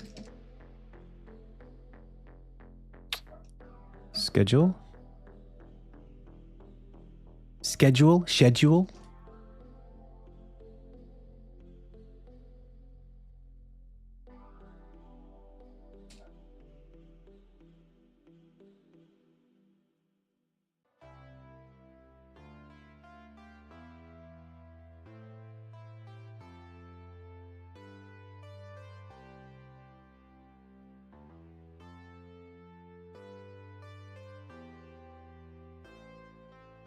I don't know why it's spelled that way.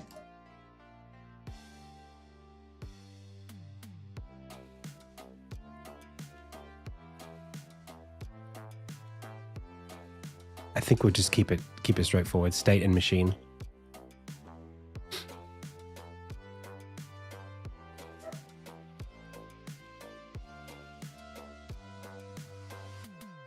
No.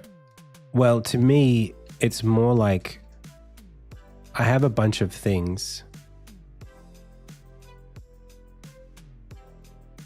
that, and this structure determines when they will happen. So the point of the thing is to create, it is predetermined in a way. Like it's not, I don't have a good answer. It's just what it is. Okay.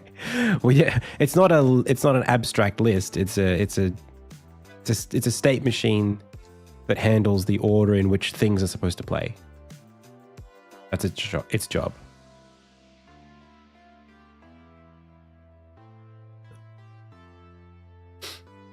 Hierarchically.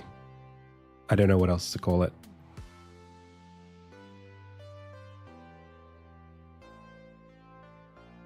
So, can this just be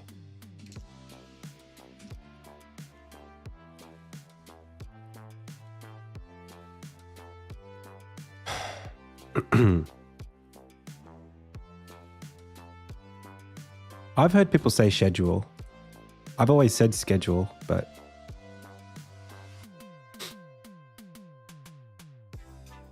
I think we really just need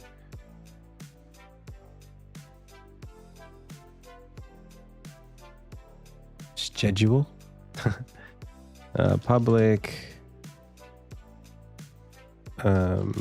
Unity engine using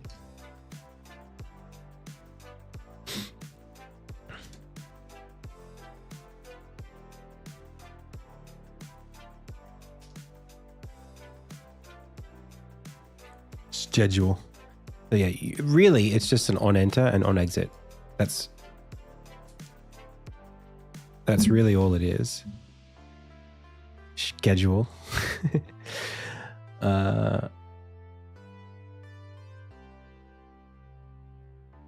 Yeah, and this just has a public state.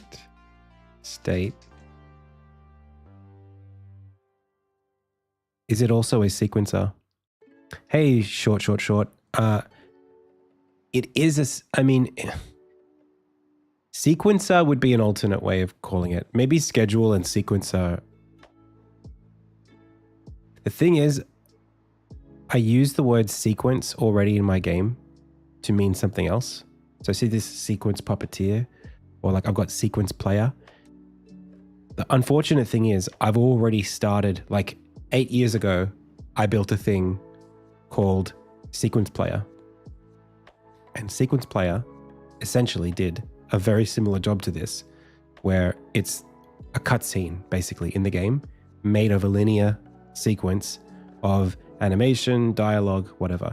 That was a sequence player.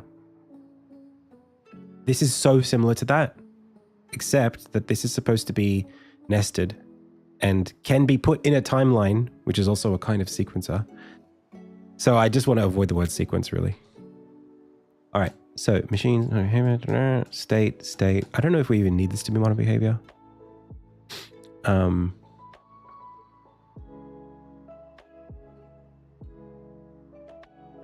So it needs like a public void.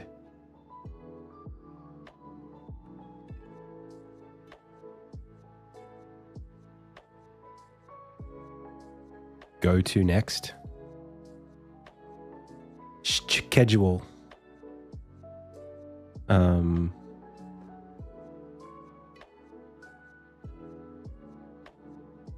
This is a Boolean.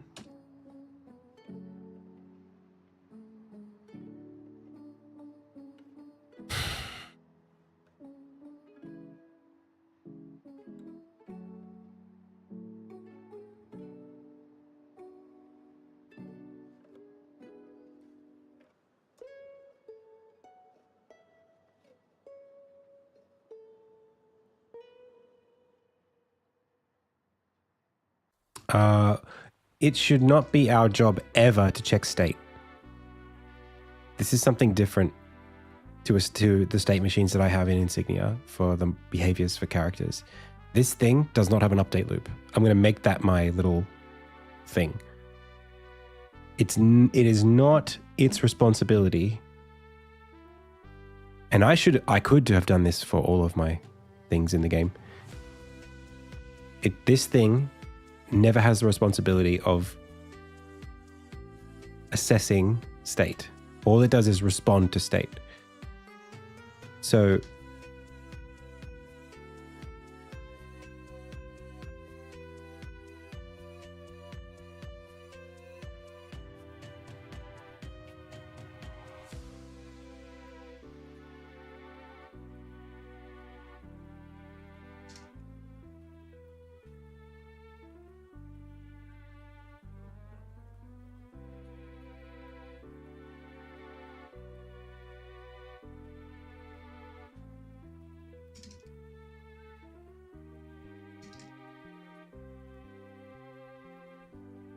just like that.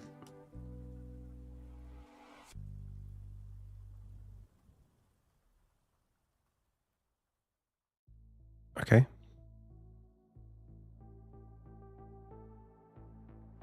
And a machine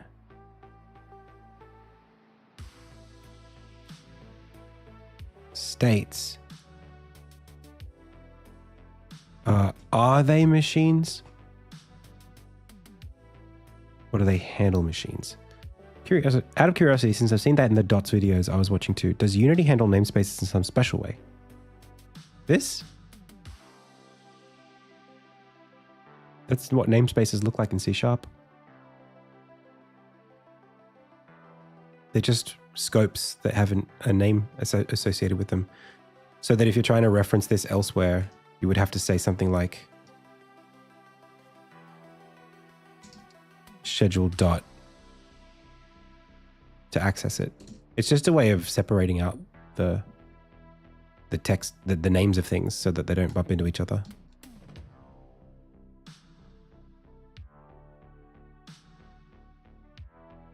But it's not anything special as far as I know.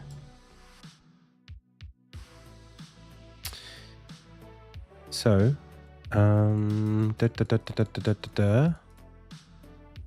we need to in the character state system, states,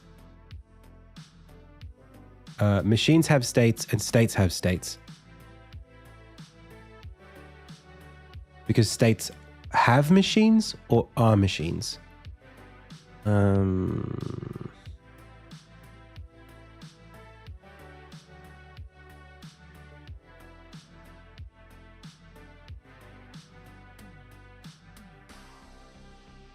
if the schedule can't, I said schedule.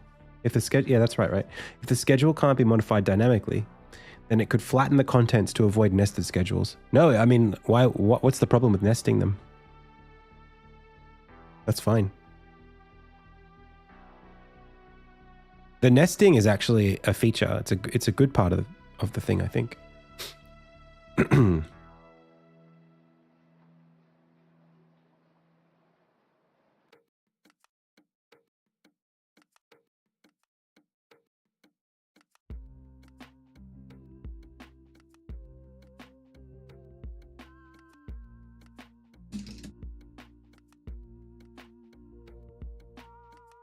Oh my God. Thank you.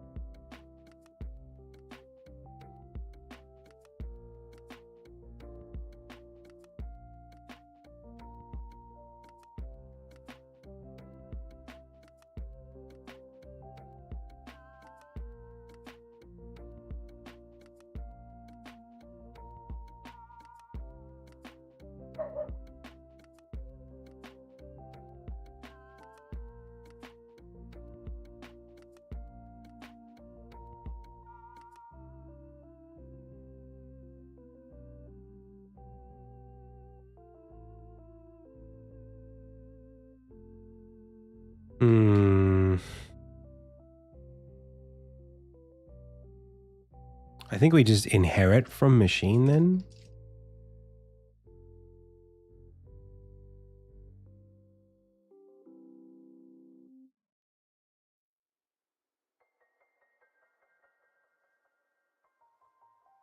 Or do I not define the state? Or do I just not define the machine? A state is just also the machine. There's no such thing as a machine. I just literally put all this stuff in this stuff, and then I do that.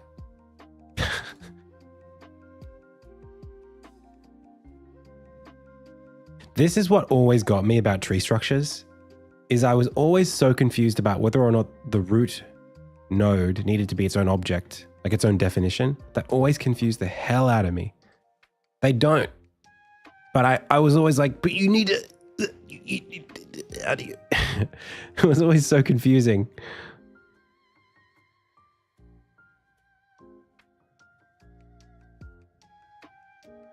Like learning recursion, it's like you try to like crawl up the stack and you get stuck in the middle and you just go around in circles.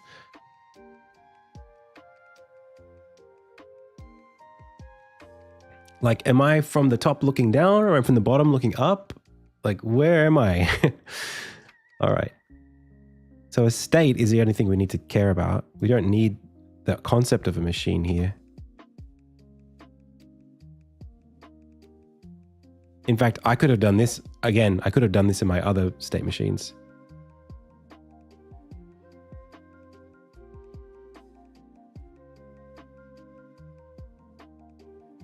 Well, in Insignia, they do have machines, but they probably shouldn't. They should be like this, where they are the machines. It's nested.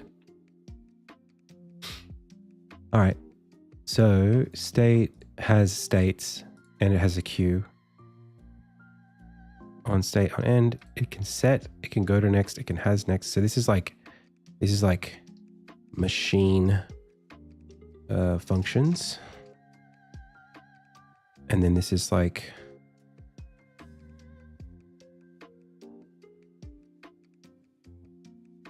machine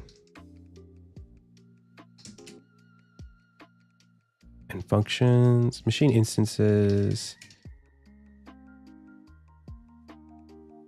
machine functions, state instances,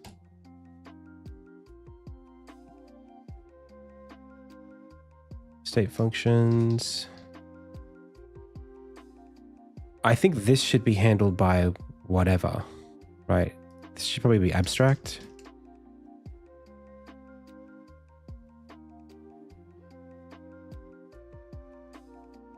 And then we just need to override, well, the update functionality is determined by the child that inherits from this.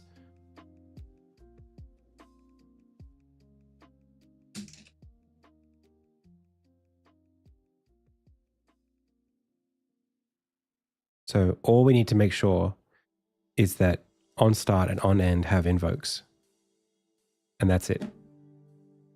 Wow, okay. How fun. Let's do a test. Let's build something that can work with this.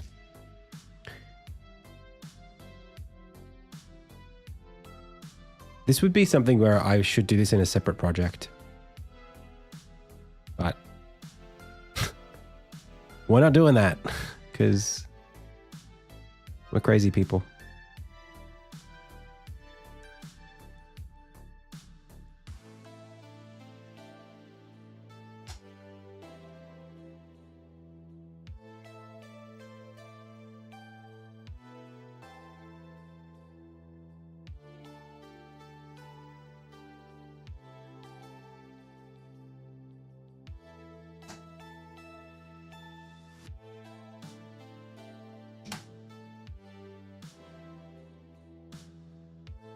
Crazy like a fox. What's that from? Oh, wow. That just, you tickled a neuron that hasn't been touched for a long, long time.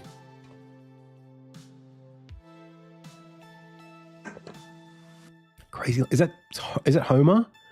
Is that a Simpsons thing? Short, short, short. It's Simpsons, isn't it? Crazy like a fox. Crazy like a fox. That wasn't good. That wasn't a good impression, but you know what I mean. Okay. If the onState enter event is part of the instance, what's the state value it transports? The other state? Where are you looking at? This? This transports itself to the machine above it that's listening for it.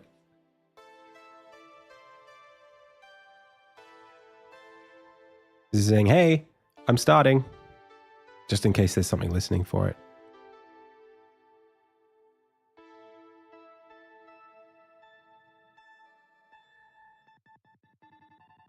Why is it not just a Unity event? How do you determine? No, but on the listener end, I have a listener function, right? Somewhere. And that listener wants to know what started. So I pass me as a variable and saying I started. Let's say there's a thing that's listening to 5 different states for their start condition. And they're all going somewhere. Some function that handles what happens when a state starts.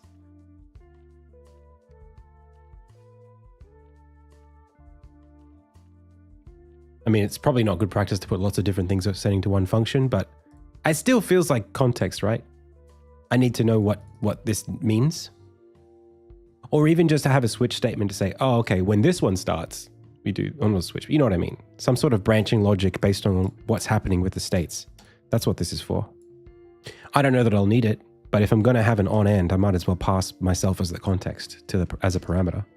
That feels reasonable to me. Like this, for example. if a state ended, is that state the state that I'm currently tracking as the state for my machine? If it is, then I can advance the queue. But if it was some other state, then don't worry about listening for this. So hypothetically, it could be some script that, I don't know, double pumps its end condition. I don't know. It's just trying to be, I don't know. Well, because we're using the event callbacks to determine what to do with this machine. So just as a matter of like courtesy to myself, I think passing the states around in those callbacks feels like a smart thing to do. Okay. So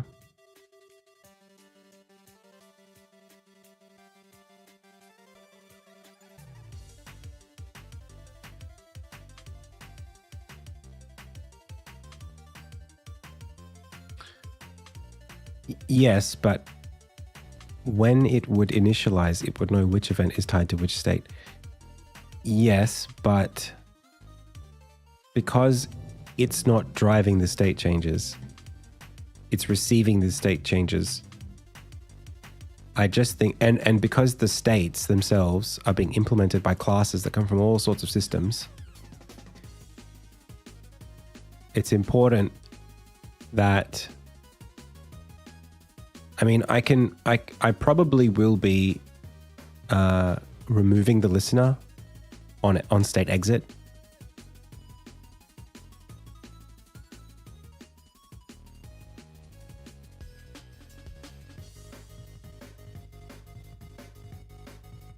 But I can't remove, can I remove me specifically? Yeah, so maybe, but then why would I remove it if I wasn't listening for it? I guess that's part of go to next. Yeah, look, if I'm not stuck, probably not worth the stun lock.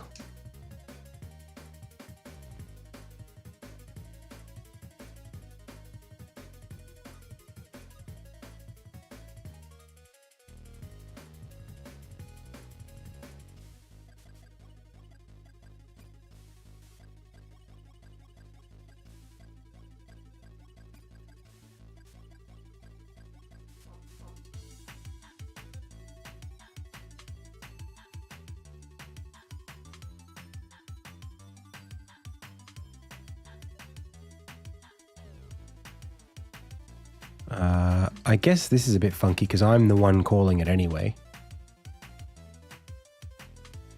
In which case, why do I need this? I guess that's what you were saying.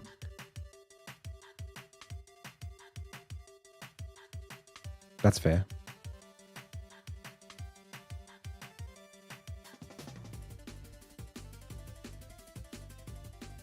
And then also you're saying, well, why would I bother? You're saying, why bother have the on end if I'm the only one listening for it? I still think it's nice to have the on end return the state. I still think that's okay. It's probably not necessary, but if there's anything else that's listening for it, I might as well.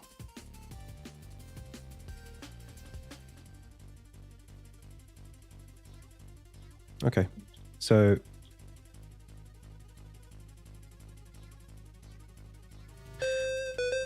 hey, Omademo, thank you so much for the sub. Welcome. Let's make a new script called, I don't even know. I guess we'll just like make a thing.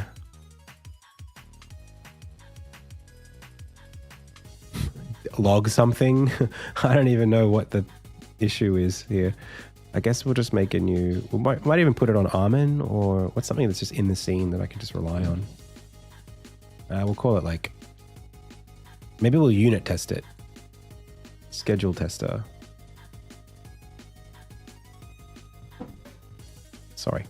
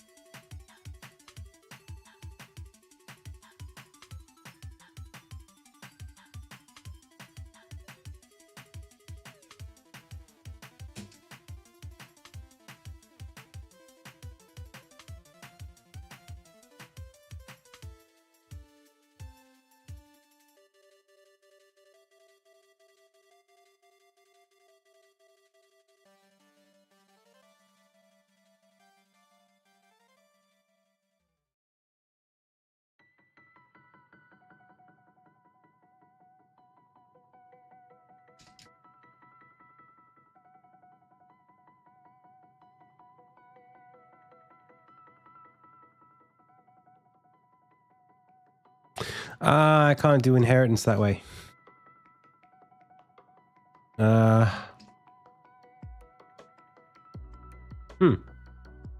That sucks. Well, I guess we can make a choice here. Either everything inherits from monobehavior or we just use composition. I say composition.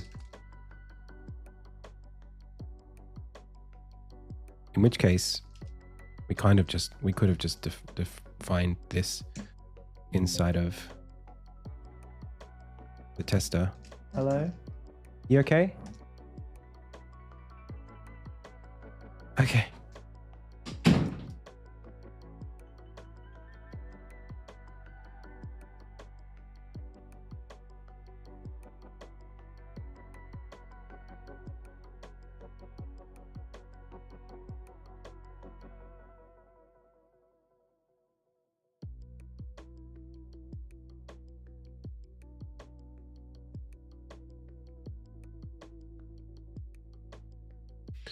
No point having an extra class there if it's just inside of a debug.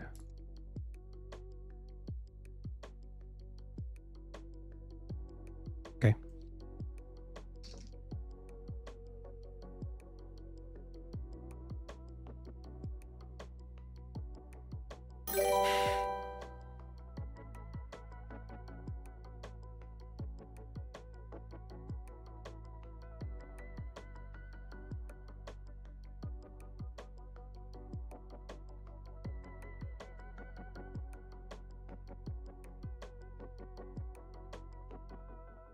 Do I have a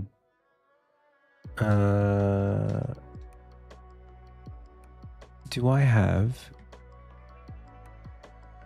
schedule as on start? But it doesn't have an enter function, which I don't like. I feel like it should call its own on start. So it needs like a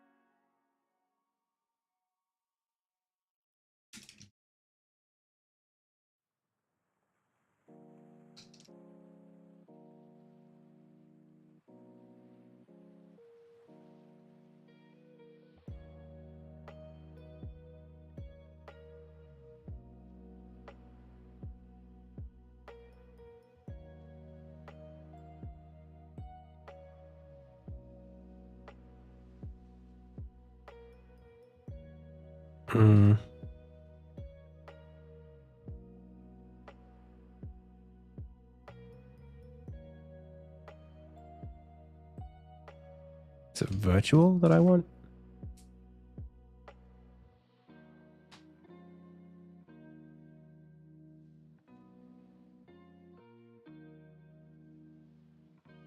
Should it be virtual?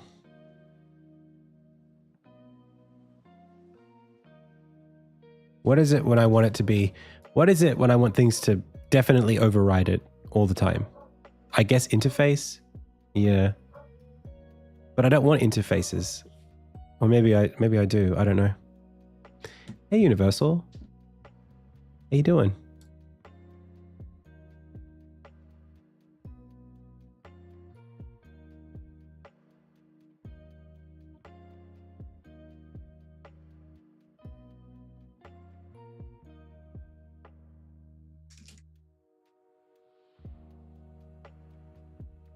No, I'm listening. I'm watching your conversation with Mr. Thee, and I'm thinking about what would the correct way to do it be?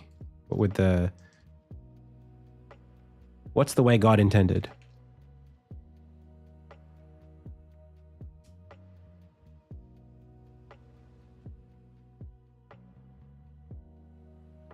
Like I'm defining a class, but I don't want to be able to make an instance of that class. So is that wrong then? What's wrong with that?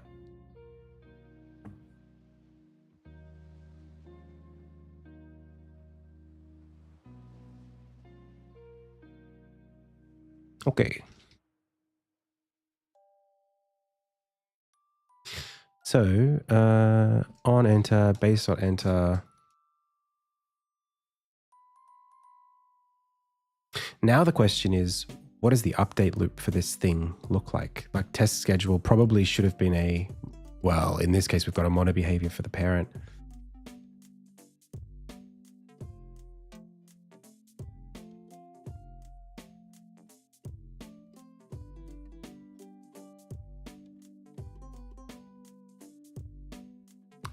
I suppose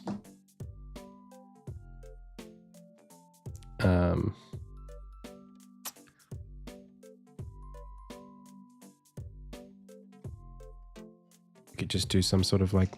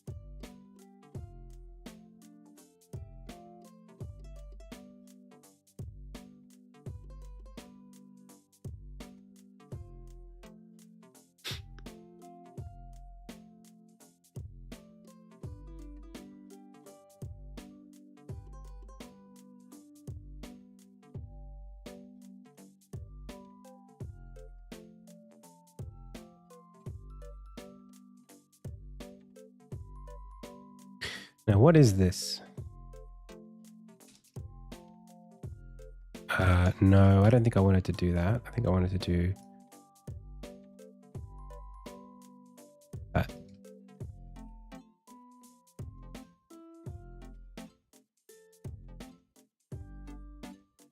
So we don't have to ever do that.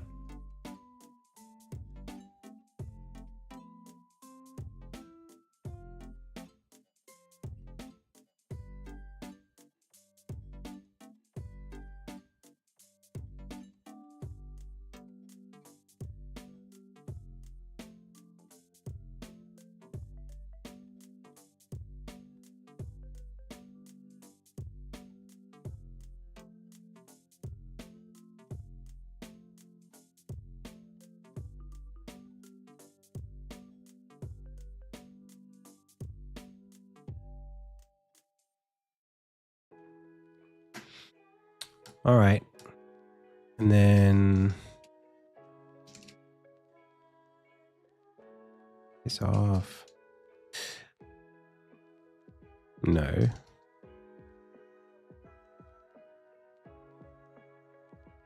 I guess we would have a state that we call root.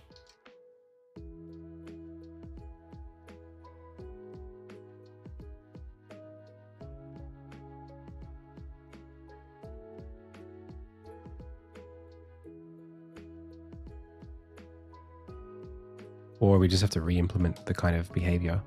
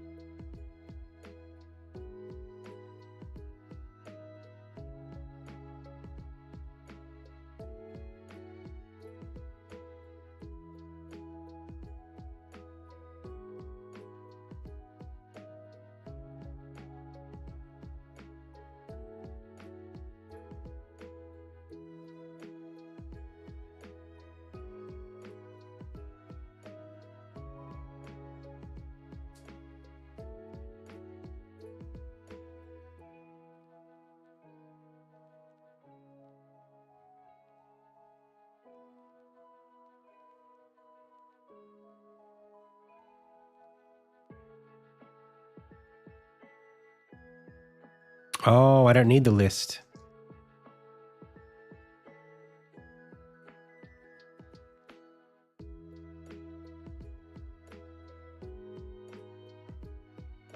That's what I need. You look like you're one step away from vibe coding. Well then, you don't really know what I'm doing then. If it looks like I'm one step away, I'm a few steps.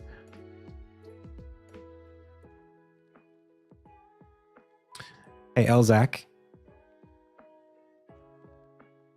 Are you, have you got the context of the rest of the stream?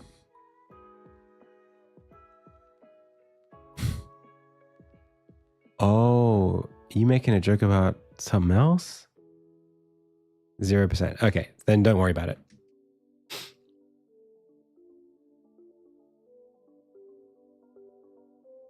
Public schedule. Okay. Yeah, it's not a generic state machine system. It's something very specific that I spent 2 streams thinking about how to build. We're just using the names conventions of state machine because it's the most appropriate. All right.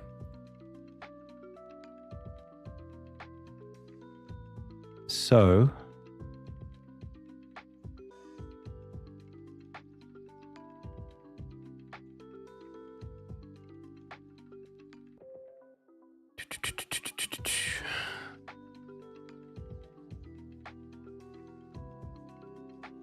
when I enqueue that, that's one thing.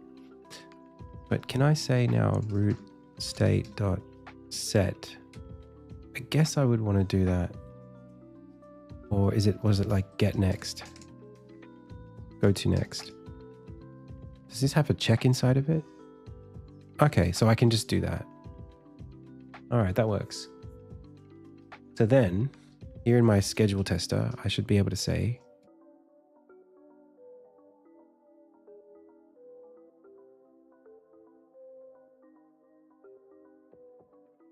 Spanish JavaScript.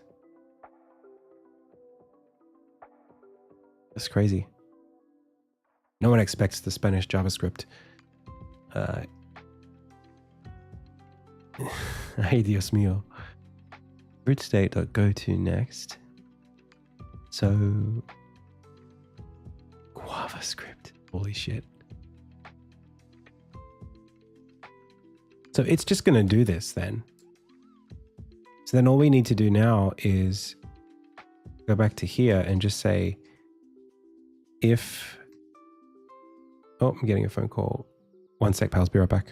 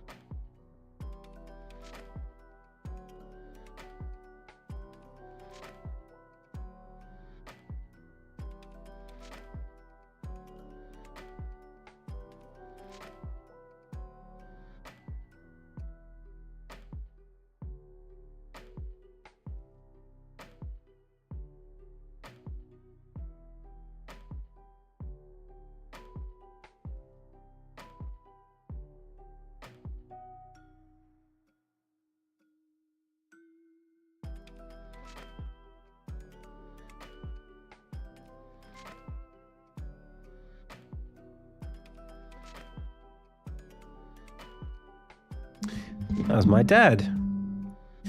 Hey, I'm going to take another extended break. 5 minutes. I'll be back in a bit. We'll keep going.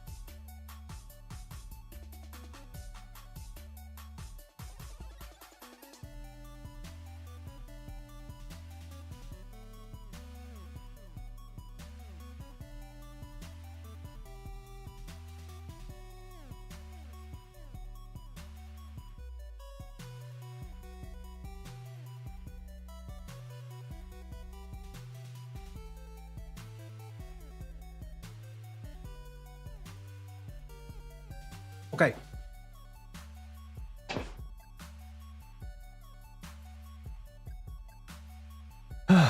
So, let's book it.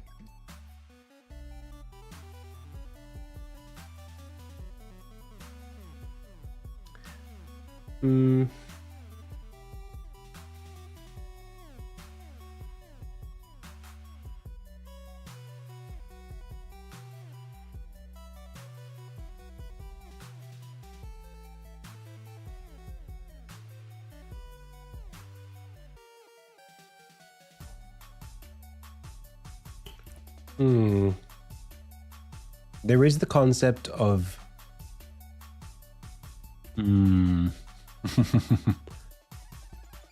So previously I had this thing where I was passing the do function to states. I think in the scheduler, we don't want to do that. I think the scheduler gives the states autonomy over their own update. In which case, for the sake of this test, we're just gonna whatever.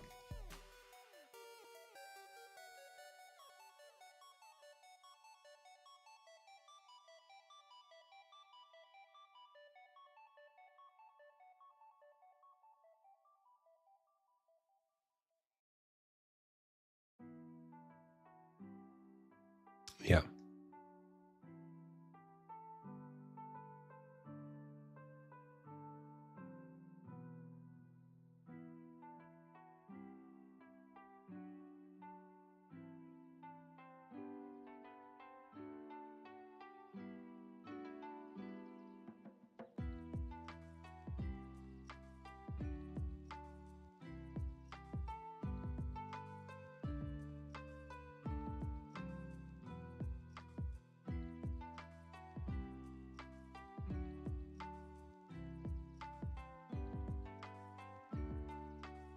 Okay.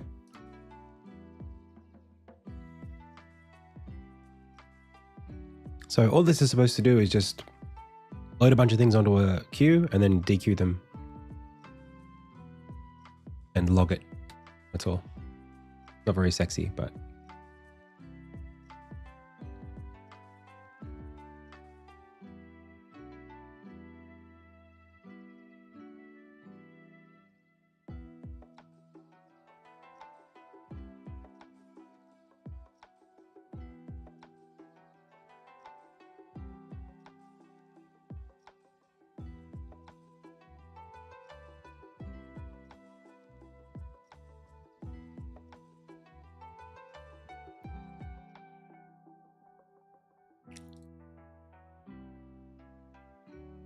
okay.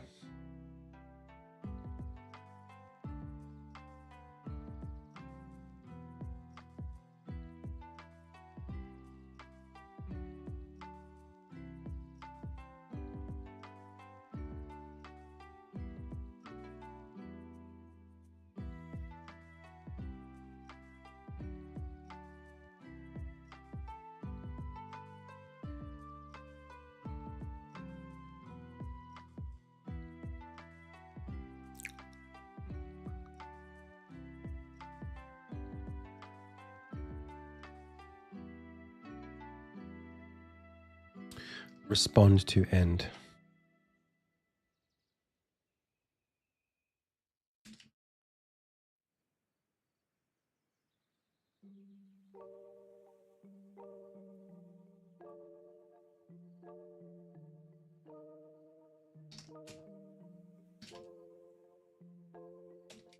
No, that should just do it.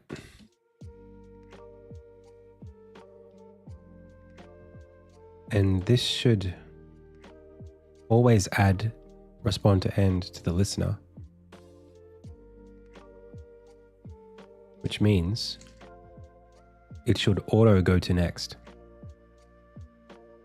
So when I exit a state, it should invoke on exit,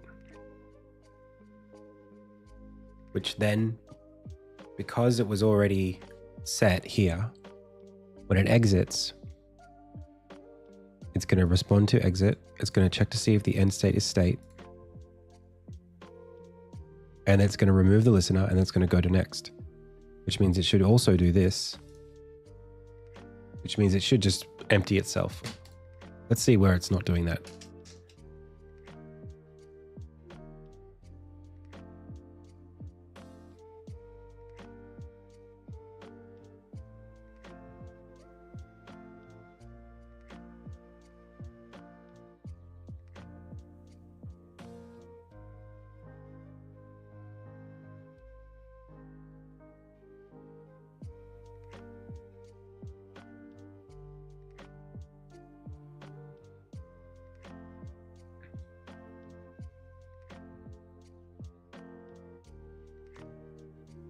This is null.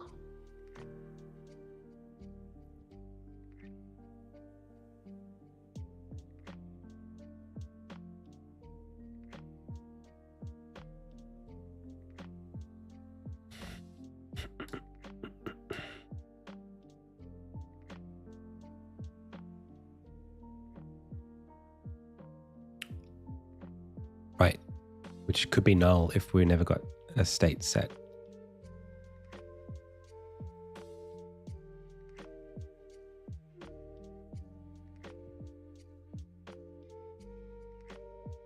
But it's only invoking... Wait a second. It's this, not state. There we go.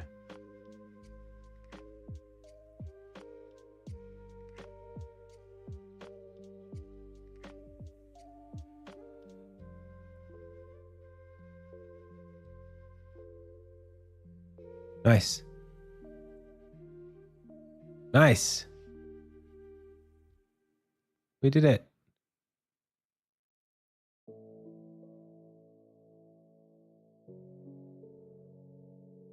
Hey, amazing.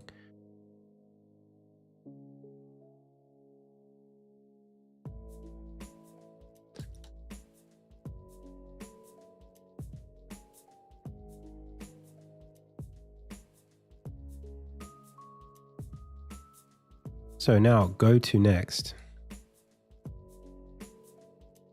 I think we have to say,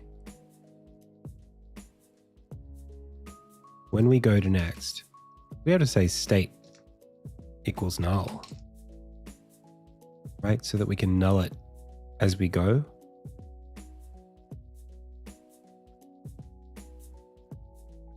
That way, when we're here, this will return null. That's an interesting approach to enforce null, but I think that's fair. It should break if there's nothing. If there's nothing in there, you can't update a state that doesn't exist. So I hope that it breaks, but I'm checking for it to be null anyway, so it's no big deal.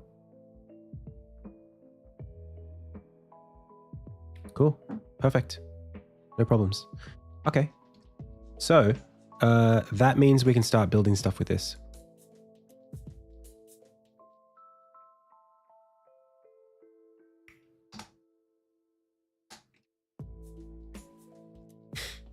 All right. So starting to get like 8 years into the project, we're starting to get pushing the limits of like what my brain can remember that I built. I have to use some of these features in order to remember them. So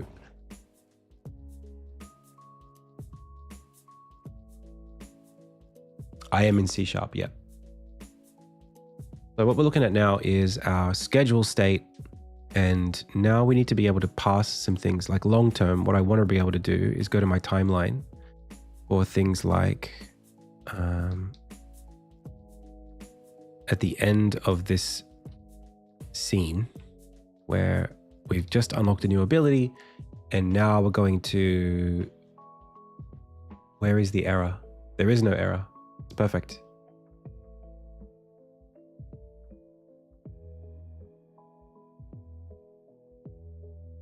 Okay, so now the question is, yeah, if I am going into, you've just, let's write it out.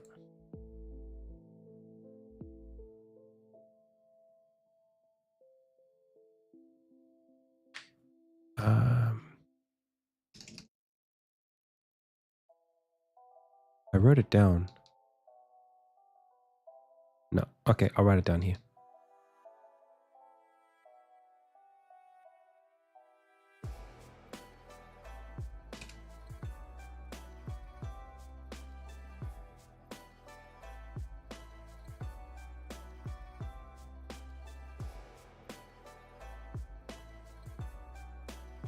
Okay, all of this needs to go into a new page called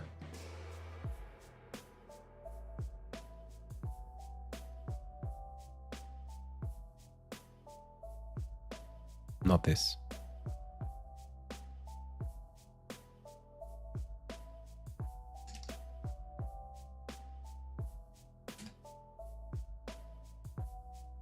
Okay.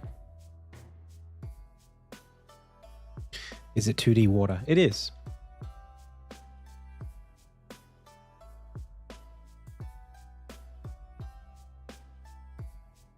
Okay.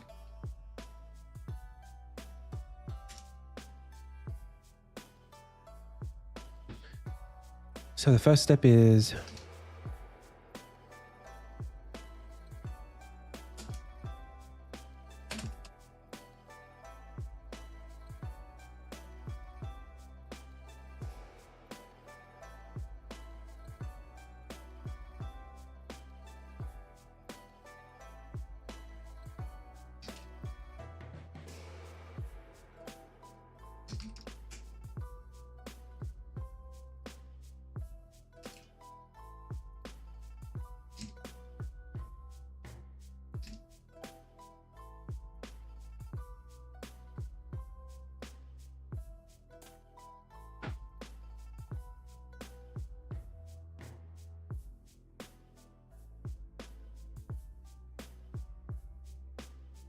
okay, so I think this is what I want.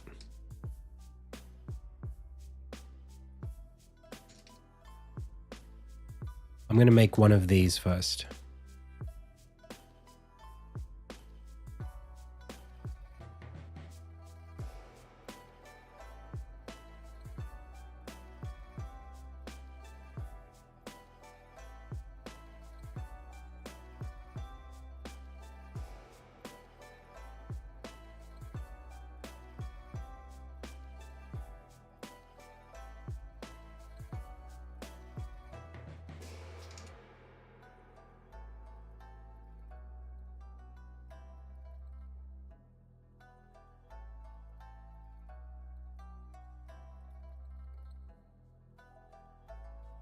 But this is the schedule state, I guess.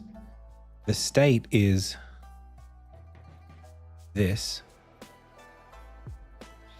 And trying to remind myself here that states are just classes. So I could just define one if I want. Anywhere I like. So I can go to the world graph if I want. Probably not. Probably don't want to go straight into the world graph because it's already 440 lines long. So instead we want to go, let's just say to where world graph is.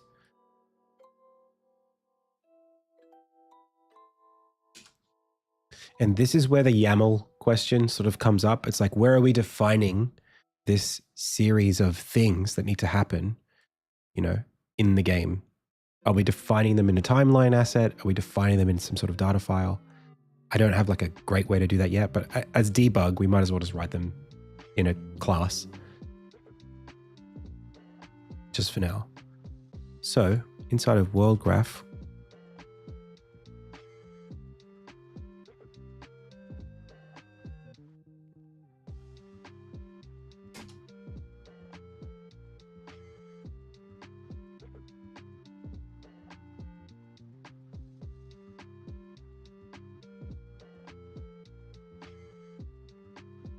I'm just going to make a thing called schedules.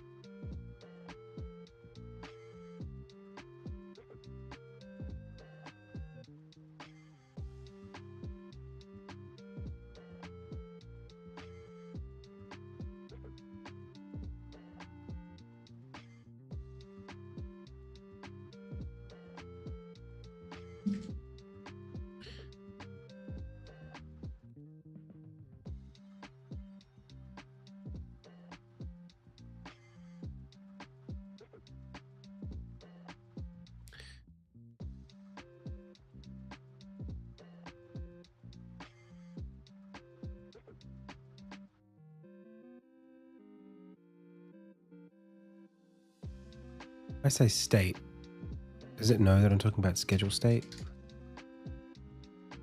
It's really annoying.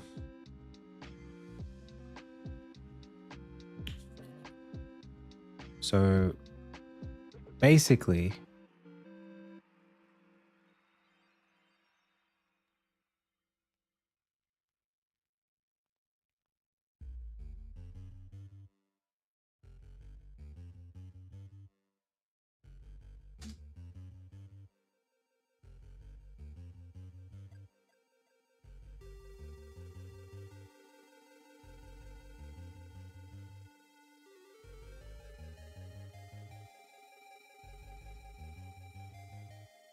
wait, what? How did it? Damn.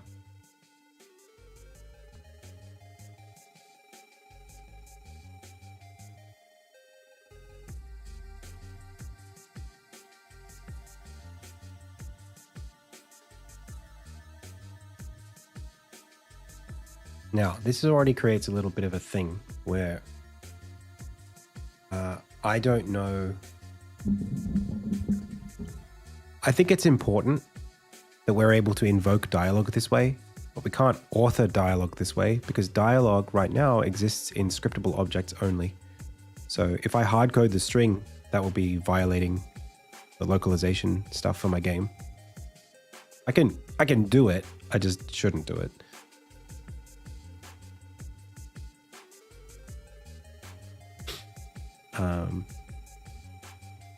Yeah. Yo, I'll be right back. 1 sec.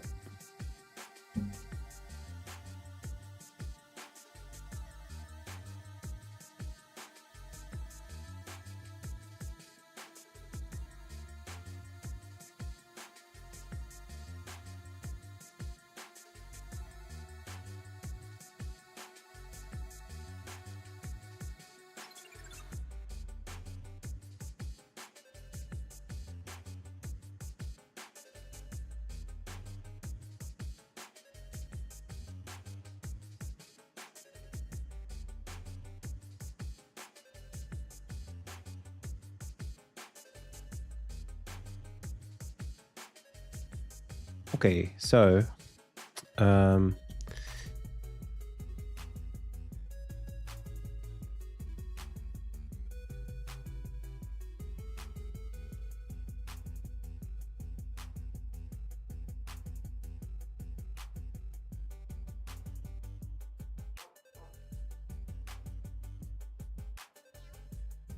all right.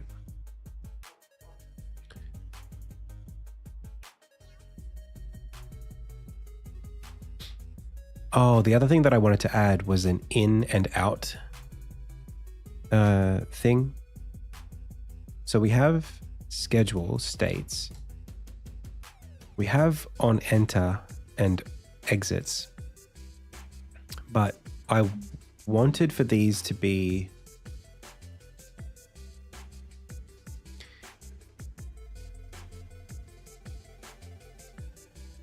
I wanted it to be possible for these to have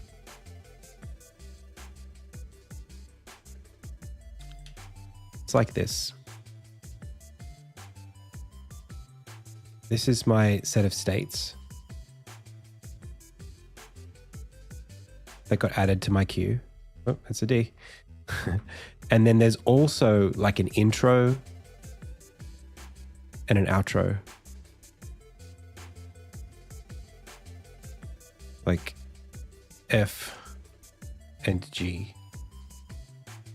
And so for example,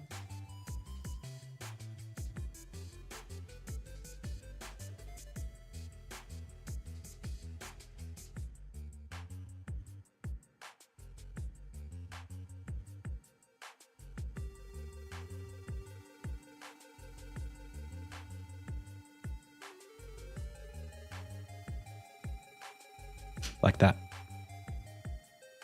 And then this thing as a state only calls on exit after its close book is done.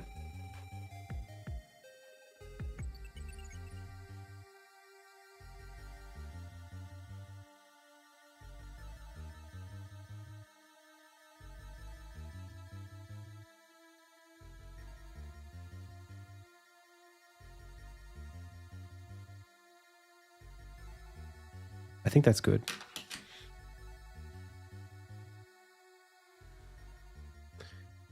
So back to our new pin schedule. I guess we would say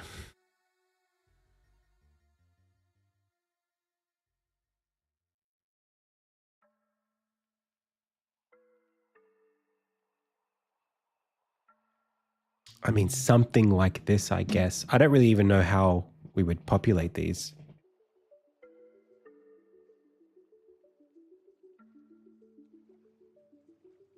But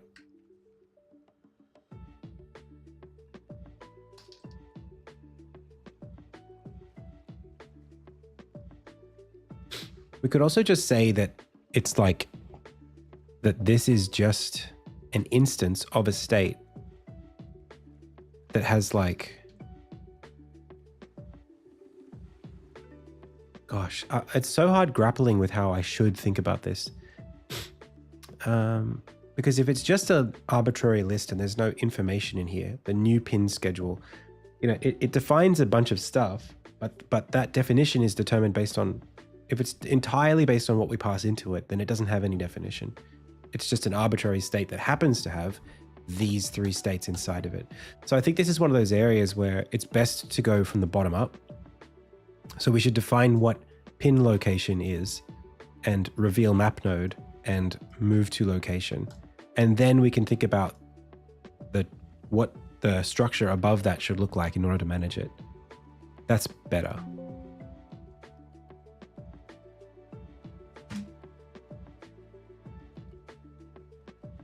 So now that's actually pretty straightforward, because I'm thinking about the what does this action look like in the world graph? Well, pretty easy. I can define a little class that has a tween in it that takes us from some point on the map to some other point. So let's build that now.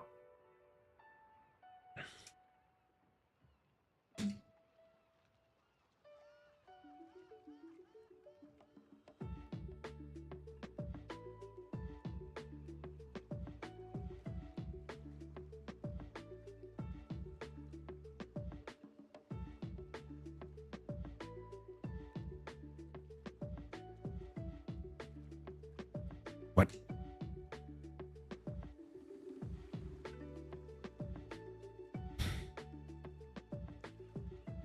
Oh.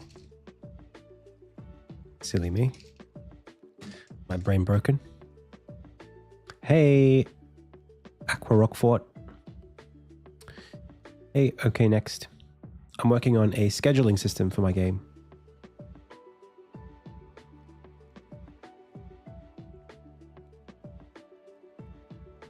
So we'll need basically some kind of like tween to destination. That's really it.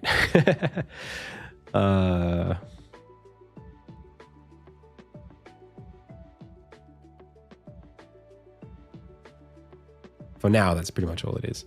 So we need public vector to destination, or even just like the node position.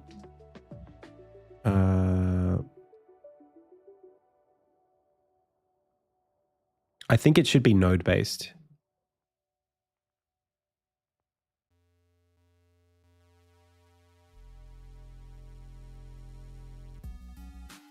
Yeah. Okay.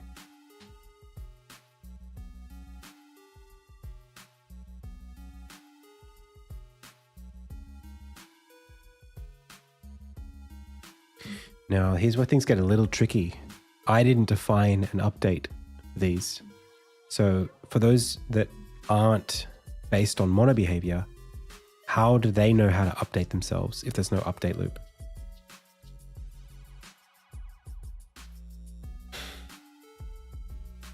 Then it becomes a question of, do we want the responsibility to be from the state machine to pass down on its update all the way down? At somewhere there'll need to be a mono behavior.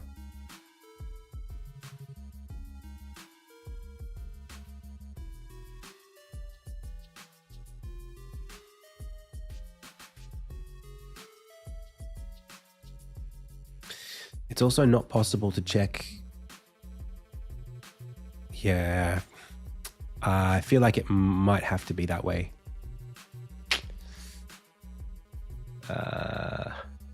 Unless we can define. No, doesn't really work, does it?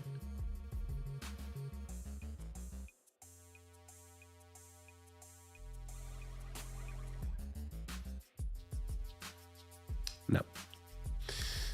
All right, in that case, I guess we do need an update loop.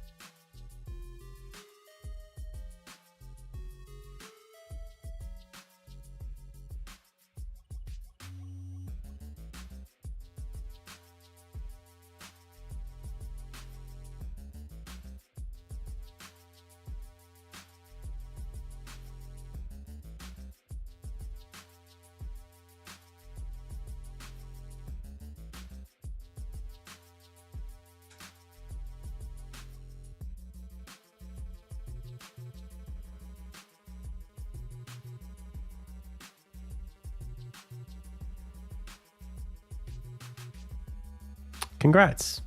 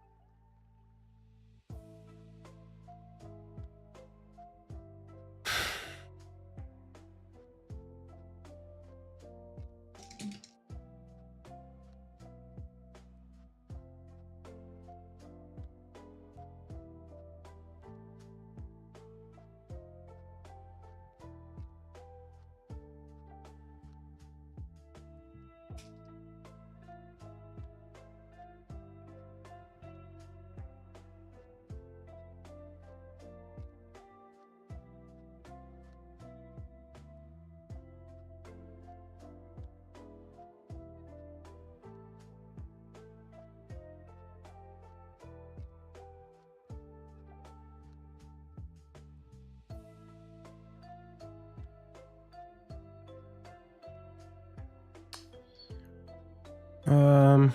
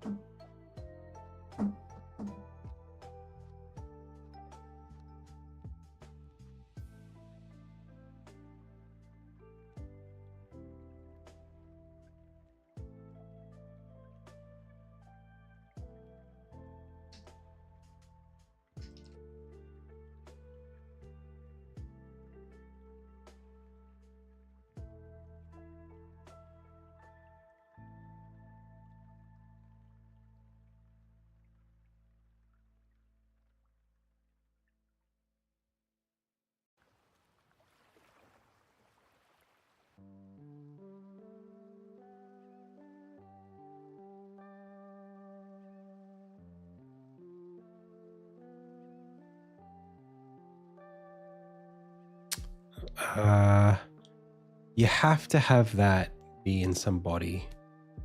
You can't have that be there.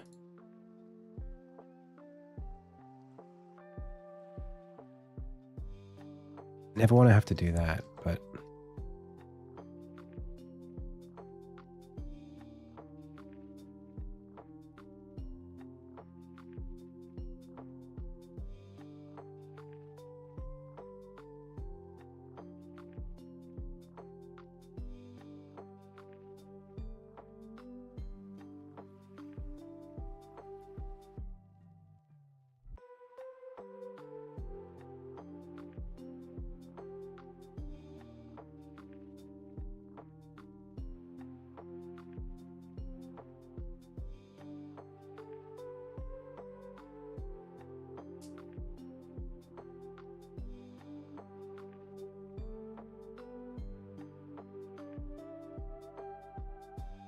Hmm.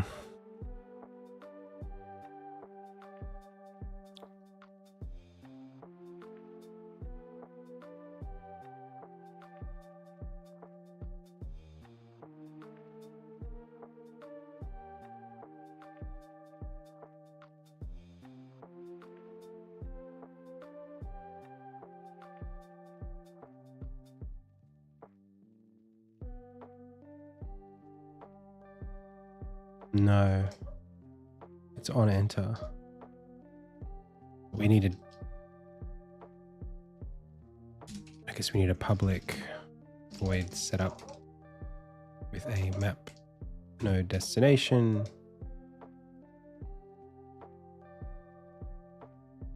Or we just do that. And then on enter, we say tween equals new simple animation. Transformed opposition, no. It's actually just 0, 1.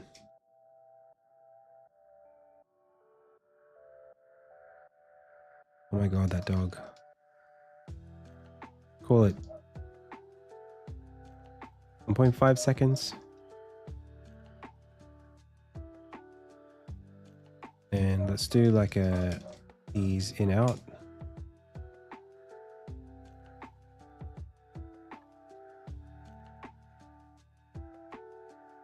Unscaled, what is it? Fixed time false, unscaled time true. Yeah, that's right.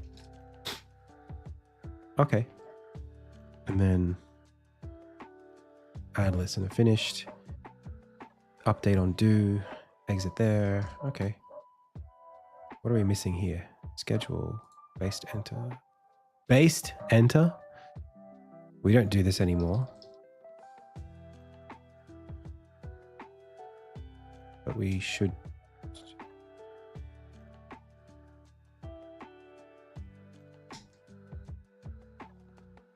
do base.exit.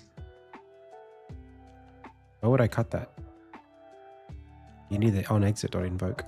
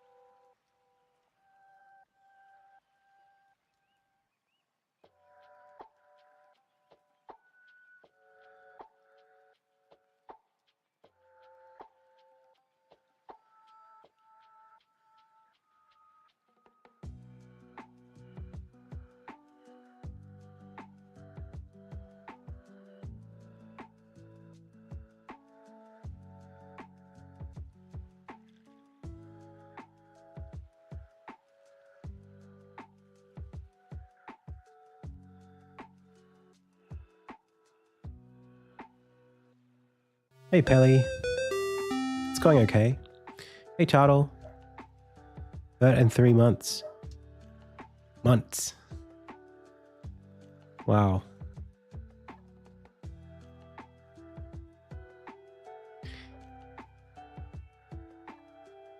Thank you so much, Chartle. How have you been? What's happening for you? Enter, do, exit. Pretty similar to my other state machines.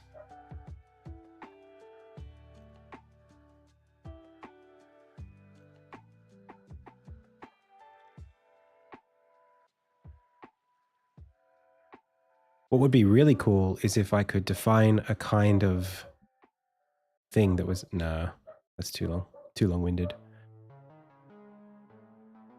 Lots of abstractions, you know? Oh, nice. Congrats. Okay. Well, there we go. That's pretty much done. Now, what did I say? I said move to map location. Reveal node.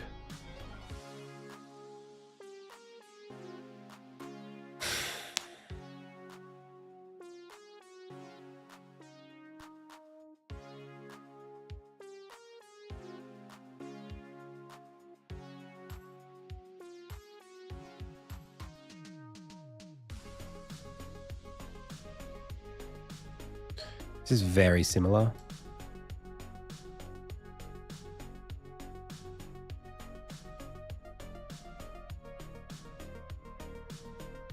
Except instead of a tween,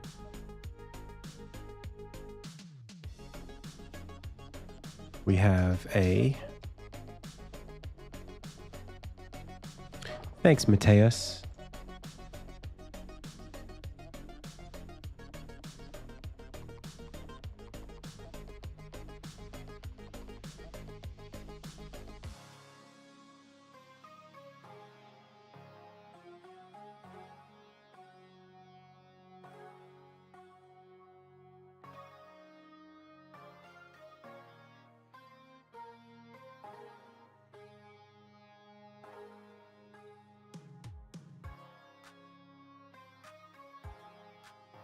What are you looking for?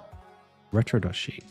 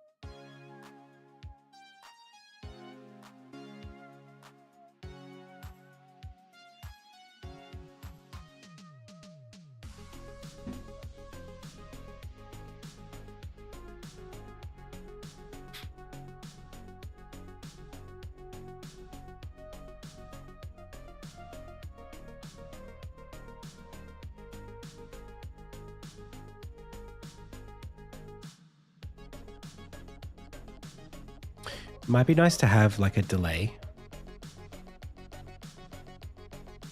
It's interesting. This stuff is it's so interesting, and I never know what the right level of depth is to go to because I don't have a lot of experience with it. So like, for example, I've got this moment where I've got the map moving from A to B.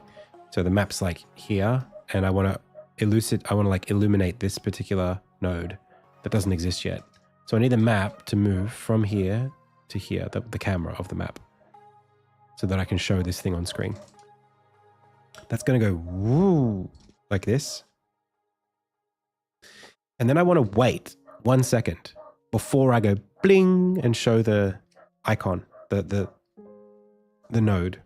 Like I want to go to the destination and then reveal the node.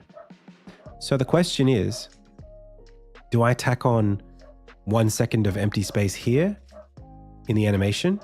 Do I tack on 1 second of empty space after the animation as part of the class where it says, okay, wait?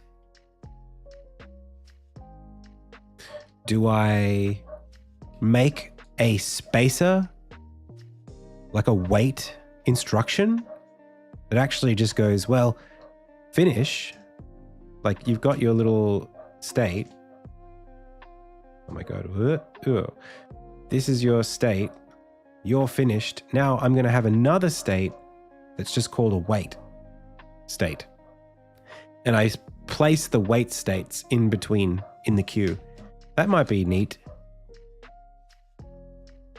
Just as like an arbitrary margin between things. It's just so weird that, like, you know, what is a what? You know, it's like, is this waiting a property of the animation, a thing that this does inside of itself after it finishes its actual win condition, that every state has like an extra little wait buffer? Or is wait a kind of state? You know, who gets to decide what the answer is in that? It's like the definitions question. Like, it's whatever you want, man.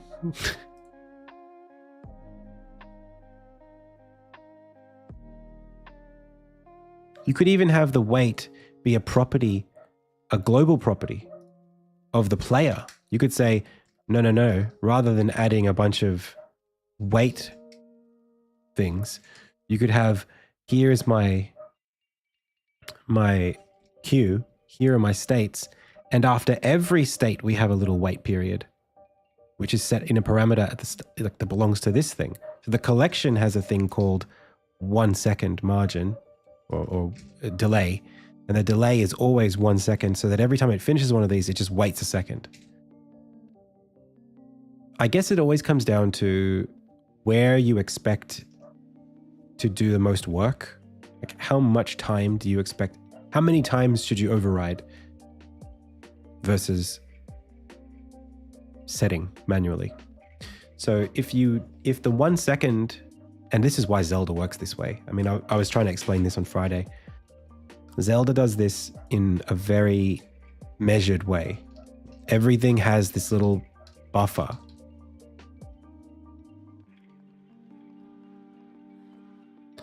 You press the thing.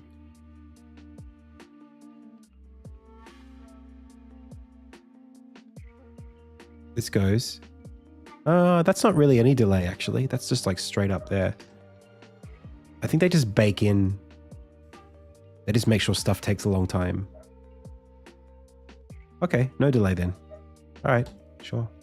But hang on, how about like this? Like this moment, bing. Nah, I think they just make sure stuff is graceful. It's just things move slowly, but there's no extra baked in delay. Okay, so it's baked into the things themselves.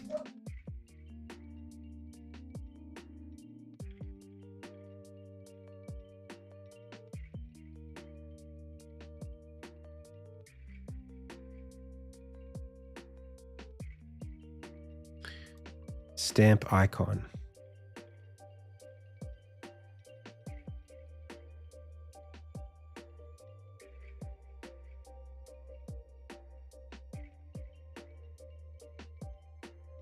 This was actually stamp icon. Reveal node. You need to pass a node into it.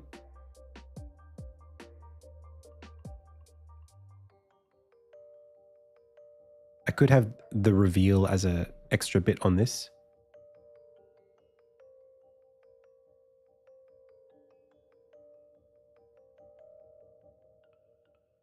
I've already got the node there. I might as well. Unless there's something special I want to do with shaders.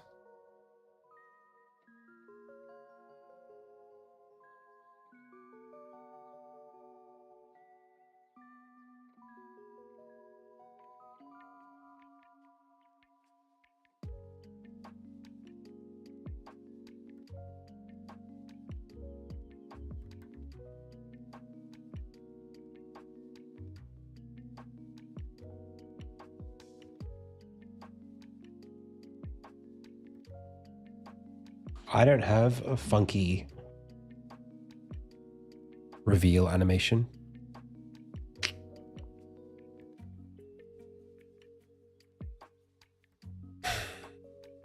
I guess I just say,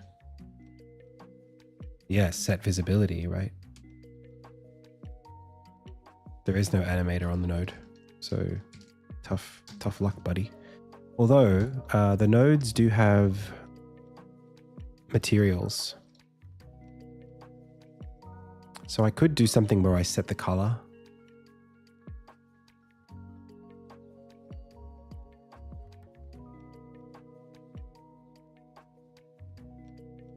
Outline color, visibility. I think that's set as a Boolean though. Let's have a look.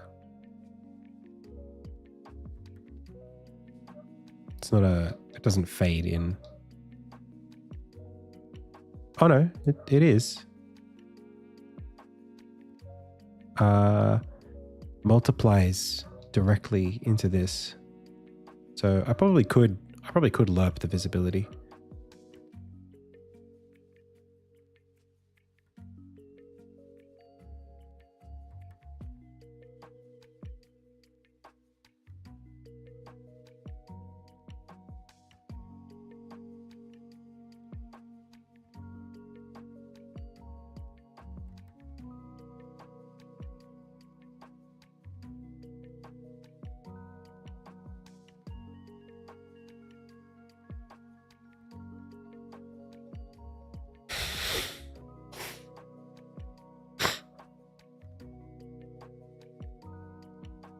Now, there's a question here.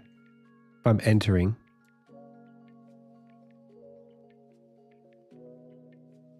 it's going to exit before we even get there.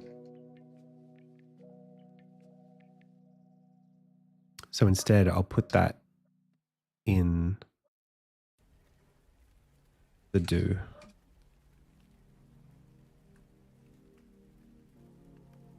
So it just does it in one frame.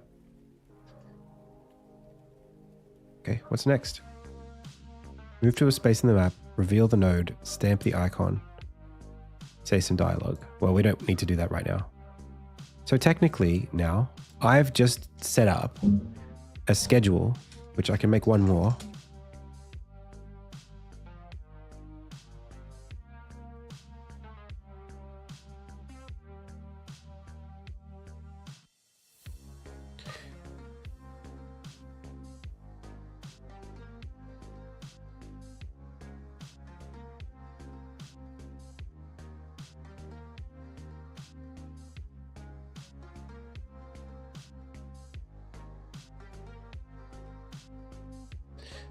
And I guess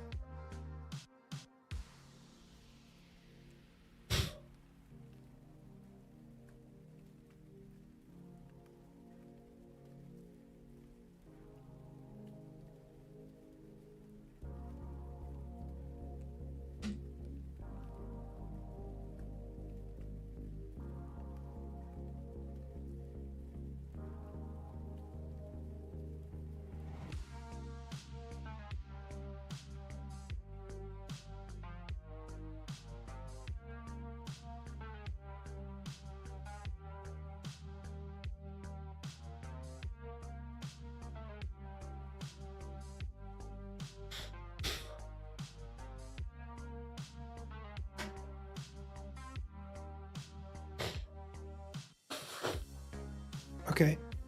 I think that's it.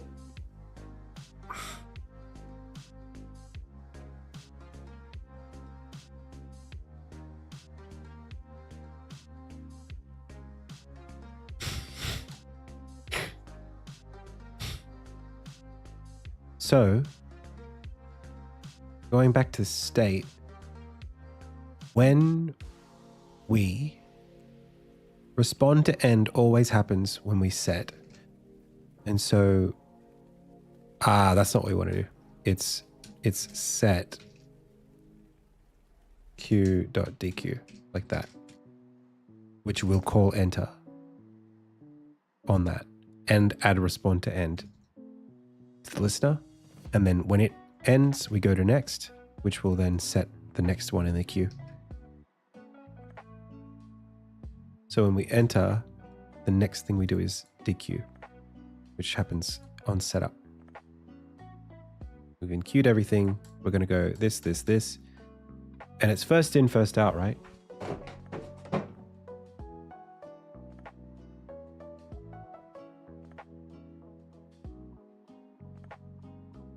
So that's the right order. Just the order we want it to happen. Alrighty then. Well, I mean, technically that's just going to work. I just have to then assign this to something. I just have to say, hey, reveal the point of interest. And I pass in these things as the parameters, and then it'll just do them one by one. Ding, ding, ding, in a sequence. That's great.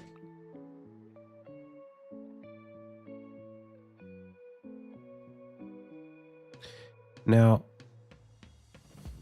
for now, it might be easy to put this sort of, I don't know, here. It probably shouldn't live here, but it's a lot of instance variables already. Anything not used? Map item? We're not quite, we might be using that later. Might need to start breaking some of this out soon.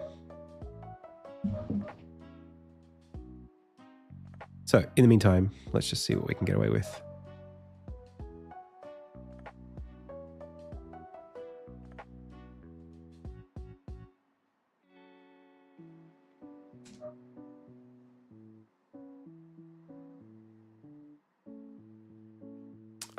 It's going to be a bit annoying, isn't it? I think it should be its own, maybe it should be its own game object. its own mono behavior.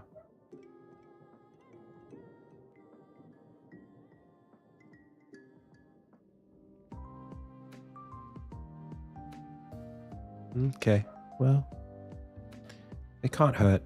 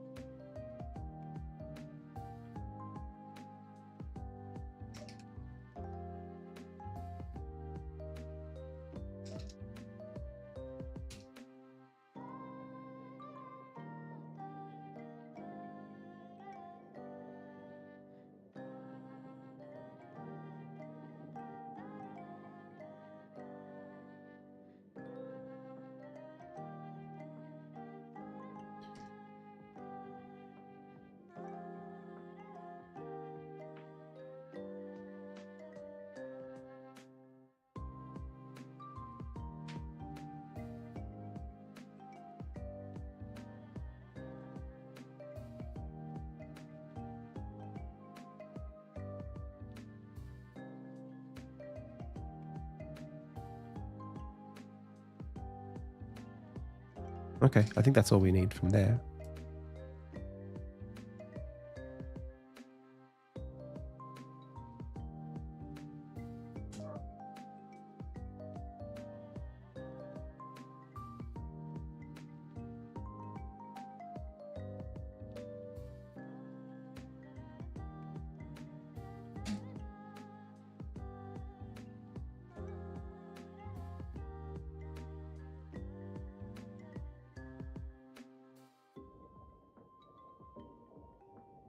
Is this a thing? Can I just take all this?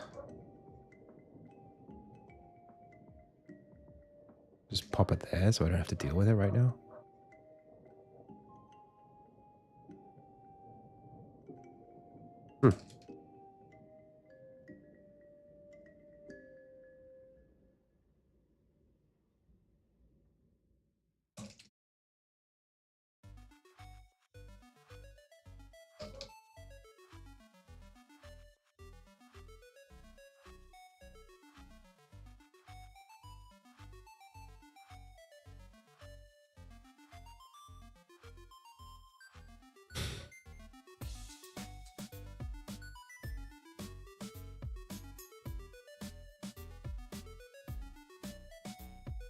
But is that ambiguous?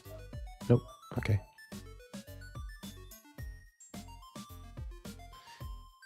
Move to map location, reveal a node stamp icon.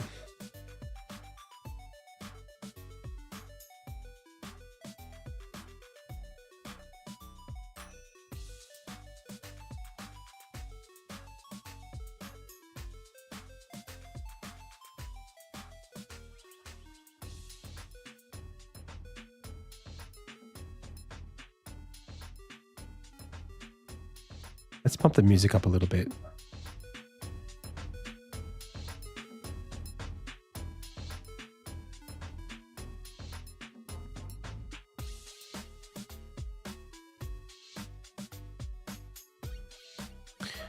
Okay. So, the next thing we want to do is, we don't need to reassign these because they're already assigned. We're going to say setup. That's right. Move to map location, reveal node stamp icon. Correct.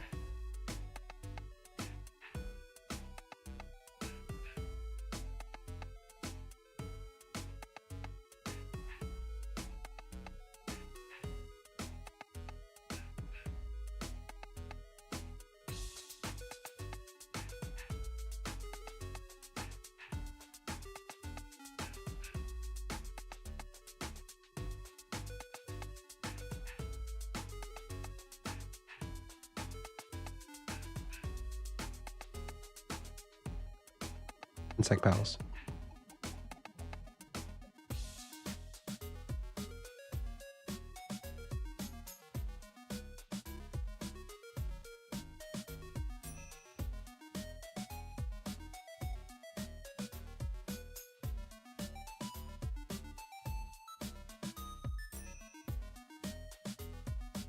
I'd have to call, I think we might have to call like animal services. That dog next door has been barking for 2 days straight. Genuinely. I don't understand why the rest of the neighborhood's putting up with it. I don't understand how anyone else is dealing with it. I mean, you can hear it, right?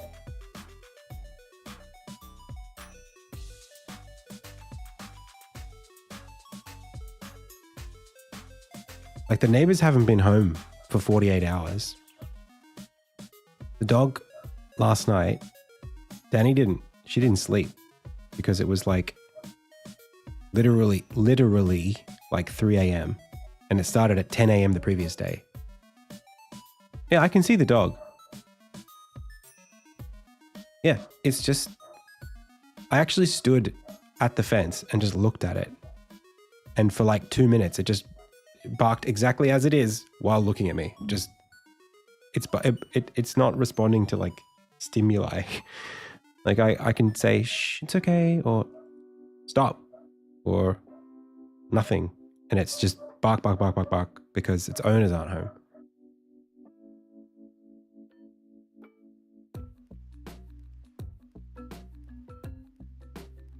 And it does this all the time. It's just, that's the kind of dog that it is. And they're not very good at taking care of it. We've talked about it on stream. They just don't. They yell at it if it barks like this.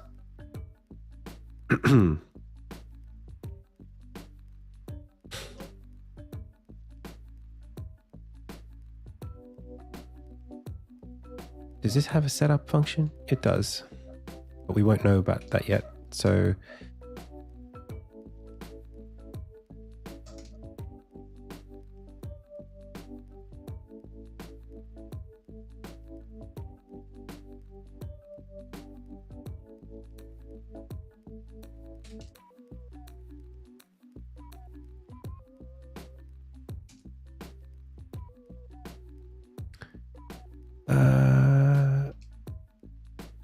move to map location dot setup node, reveal node, setup node, stamp icon setup, animated sheet, node divisibility equals nope.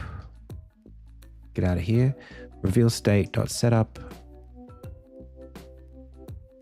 Reveal state. Already set up, bro. What are you doing? Reveal state. No, hang on. Reveal state is the main one. This. Oh, okay. I guess we don't need that. Yeah, that's fair. Okay. I'd prefer to... They're already instantiated. I'd prefer not to do that.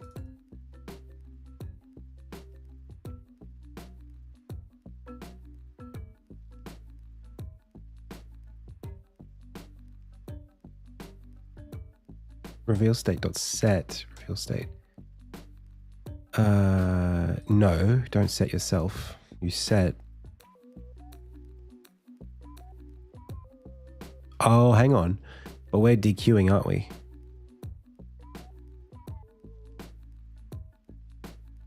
So we actually have to call setup again.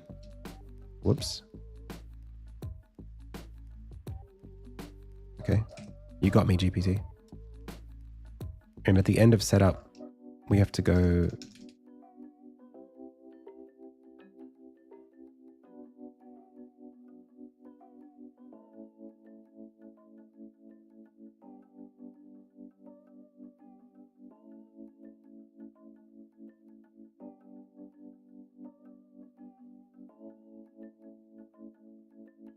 What was it go to next? Which then does the DQ.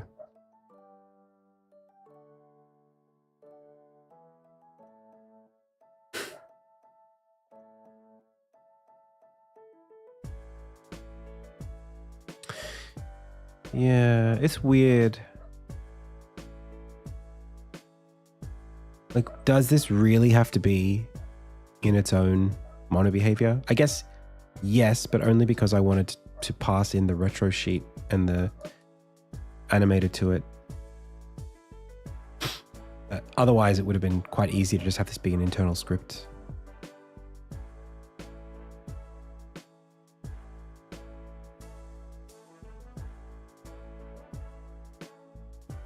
Okay.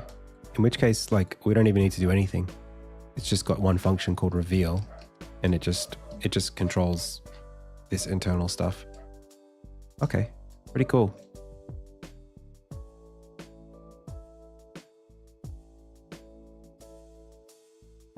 So world graph. This is the good part.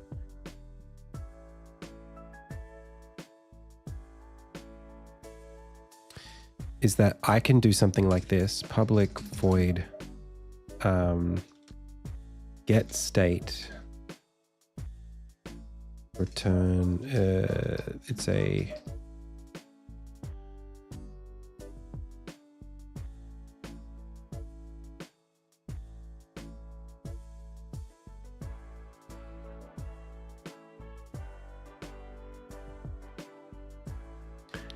so I can then plug this into a bigger schedule by getting the get state and then passing root state into that schedule.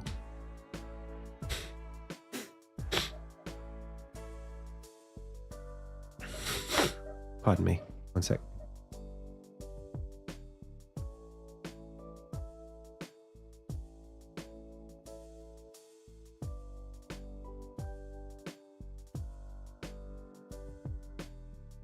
So I think the problem here is that this needs just by getting the state isn't enough. I want to be able to treat this whole thing as if it's a state, which is what this is. Maybe this is the point where we actually would be better off with an interface. Because if this doesn't inherit from schedule.state, then we're going to need to constantly be doing all these wrapper classes. Whereas if this was like I state and inside of schedule,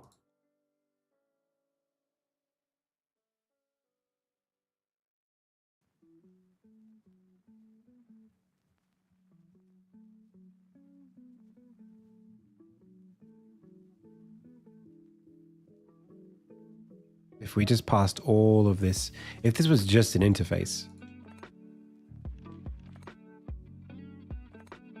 I mean, I like that it's an abstract class, but I guess we don't really want to be interacting with those classes. We want to be interacting with the state. So we kind of want to expect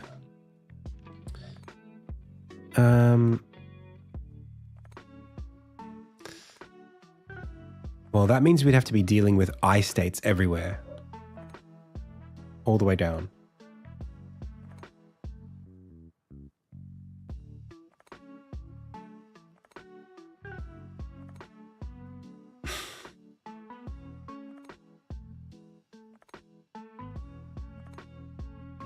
Hey, Ancient TD. Definitely not going to do that today, unfortunately. Can't just jump in and self-promote. First message. It's not very polite.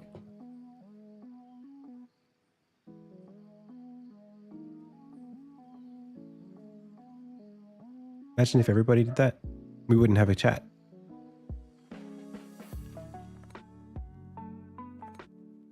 We just get a bunch of people spamming their own stuff. All right. Yeah, I think. So our question here is basically it all comes down to when being used by some containing object. We do have a redeem for it, but not today. I'm vetoing it. When we have some containing object, does that object? I guess it would have to interact with the interface.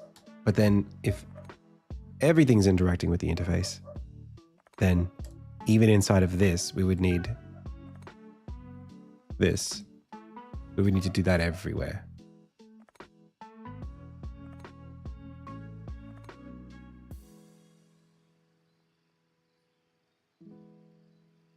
Which is, I guess, not that big of a deal. We just need to make sure that this... Oh.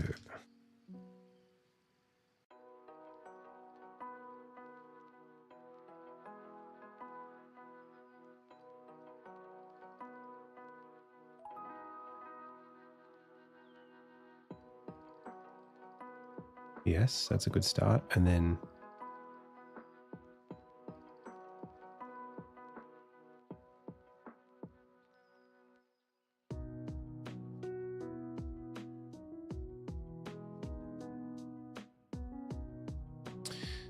Now, the problem here is the on enter and on exit are, they're super necessary.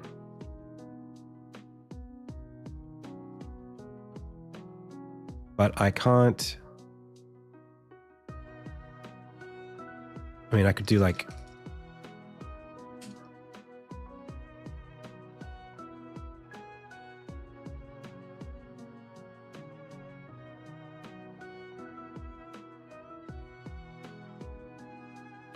wait, you can't put a body inside of an interface, can you? Wait, what? What? Is that a thing? I didn't... Huh? I didn't know you could do that. Can I just...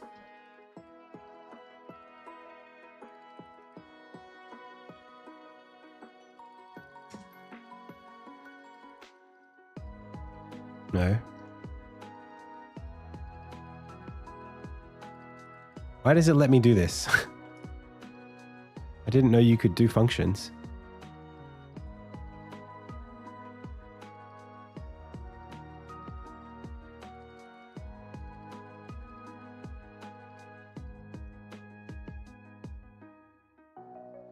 Can't have virtual. Right, that's so weird. So the thing is, what I don't want to have to do is plug in an I don't want to have, for every state, I don't want to have to remember to assign what happens when I call invoke enter. That's annoying.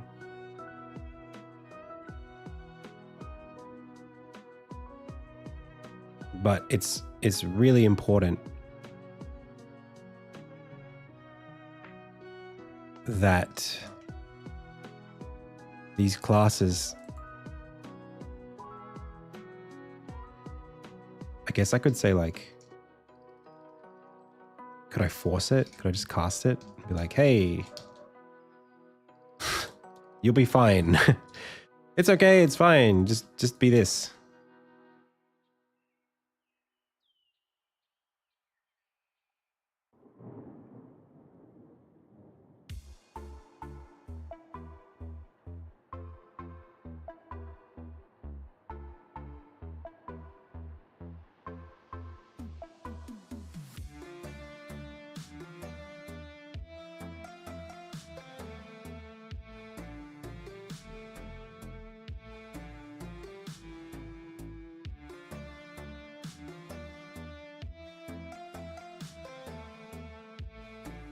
Are you going to have classes inherit from iState that aren't inheriting from state? No, the reason why I need iState is specifically for collections. That's all. I think what I'm really hoping is that I can have something further up the chain that says, hey, I got a bunch of iStates and they all have these functions. And I'm gonna cast all of them to state. Oh no, I can't do that. That's my whole point of what I'm trying to do here, is that the reveal point of interest is a mono behavior. I don't want to inherit from state. Ugh.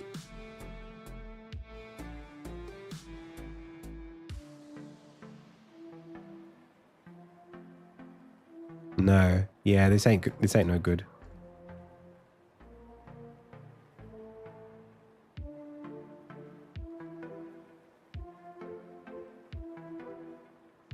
If it's not an interface, okay, let's say it's just an abstract class and it doesn't inherit, this get state is a problem. Why? It's a problem because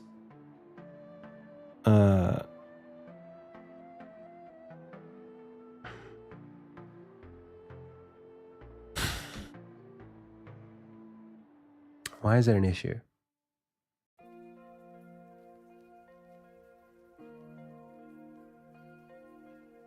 I don't see why it's an issue. I don't see the problem.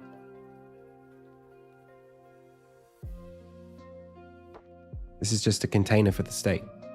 So I can add this to something higher up. What's the problem? I don't know what the problem is. Yeah, it's fine. What am I worried about? Okay, I don't know. If it comes up again, I'll worry about it then. There was a reason why this is a problem, and I don't know what it is. I think it's this. It's the instantiator. This reveal is a function that I want. Pardon me. Well, here's the bigger question. How could I even call this without knowing this?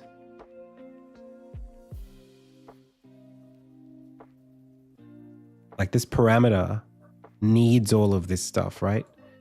So if I was, say, in a timeline asset, this is the question. If I'm in a timeline asset and the timeline asset is like, hey, I got this like state that I want to play, and the state is called reveal point of interest. Time to play, go for it. How does it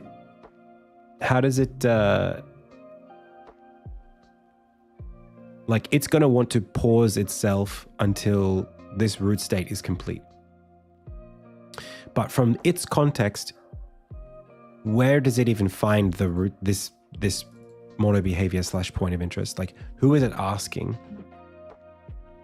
to begin this little process? And I guess it would have to be this mono behavior, because this mono behavior is the only one that's going to be able to grab anything. And not just that, it would be some higher up context, like the thing that's tracking the flag that says that we need to unlock this part of the map. That's the thing.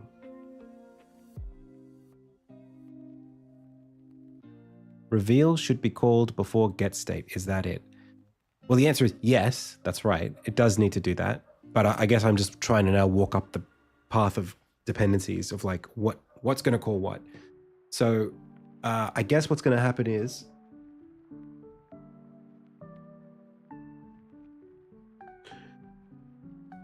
I wrote it down.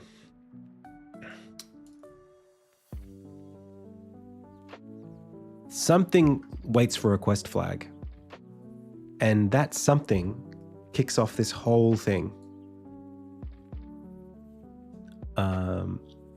And that something's probably going to be the map itself.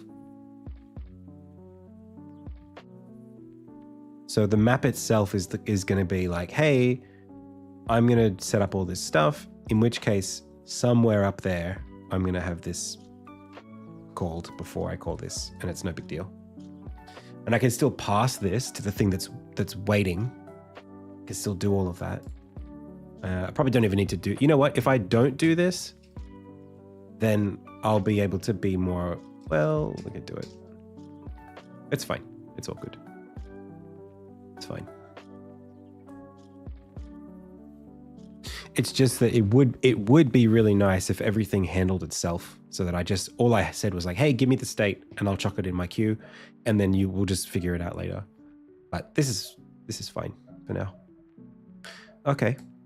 So maybe we can debug this, or like not debug, we can give it a test.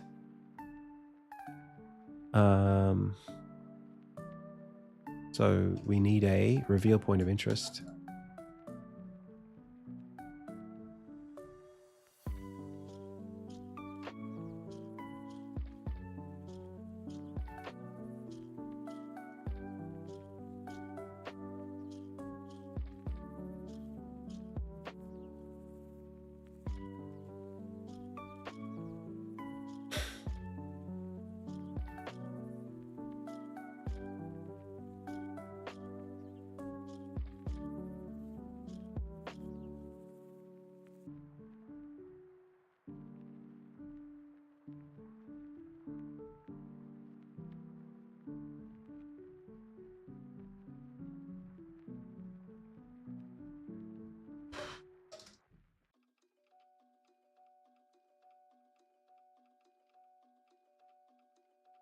Ooh, we're gonna have to pass that in.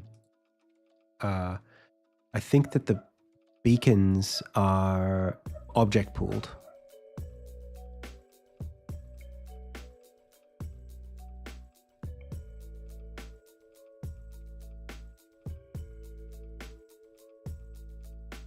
So actually, we have to pass it in ourselves.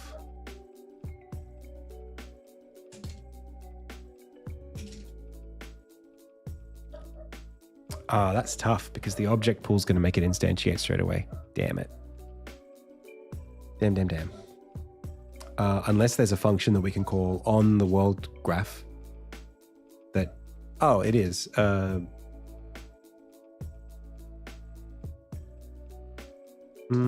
Is it? Right, what did I call these? Icon?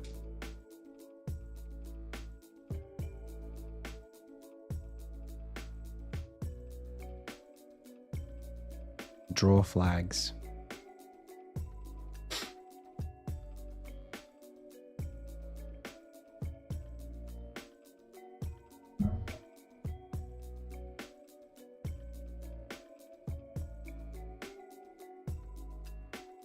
It's a big function. Why didn't I decide to break this out?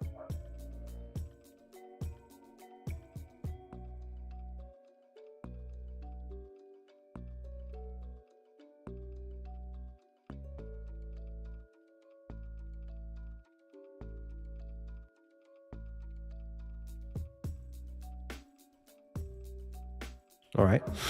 Well, this is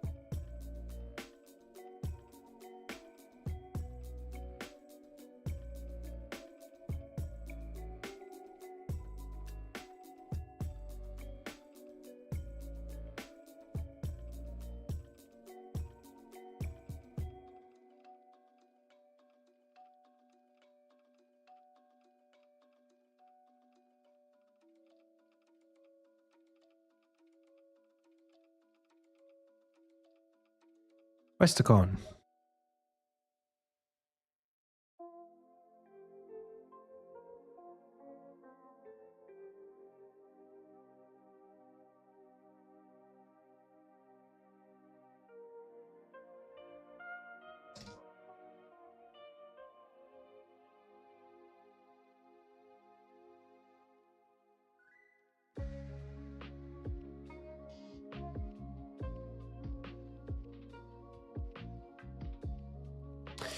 Okay.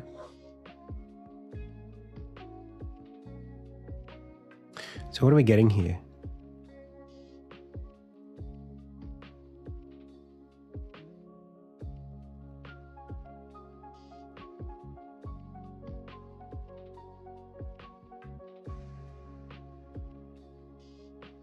Getting a bunch of places and putting it somewhere.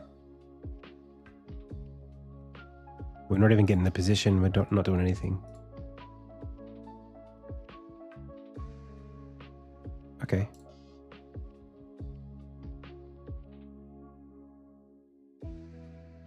Bit weird.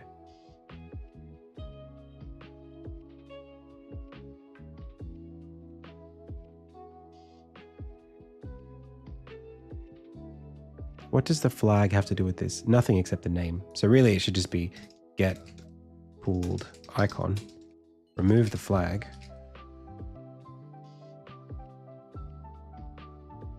and then just don't worry about the name, or just go string name and then just say name.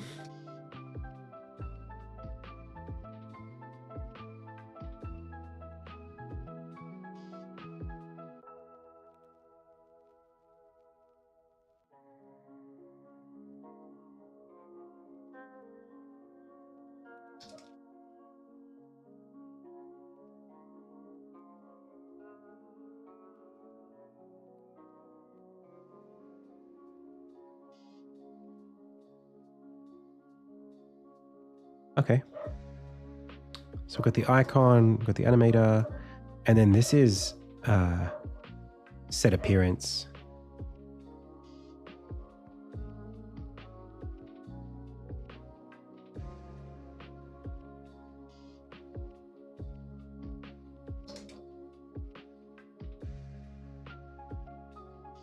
Where Q is what? West.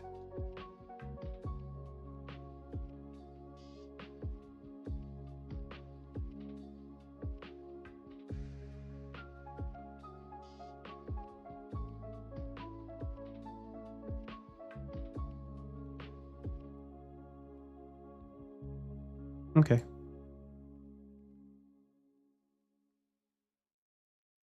And instead, what we can do is we can do this into that, into this goes away. That's fine. That's fine. That's fine. That's fine. Strange that we don't have to pass the transform into this, but I guess that's fine.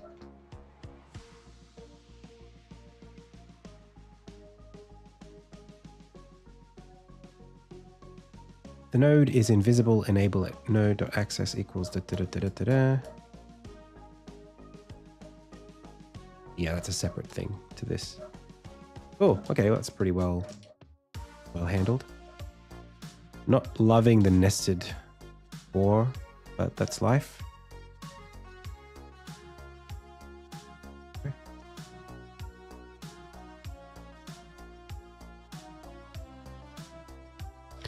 So something's going to happen where we have to reveal a point of interest. I don't know what the context is going to be, but we need to do that. Reveal point of interest. I mean, we could just say here.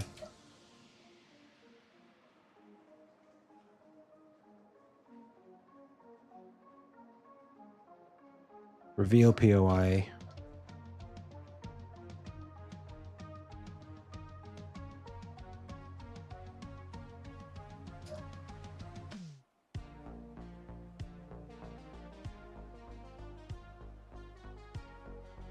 And then this would be like get icon.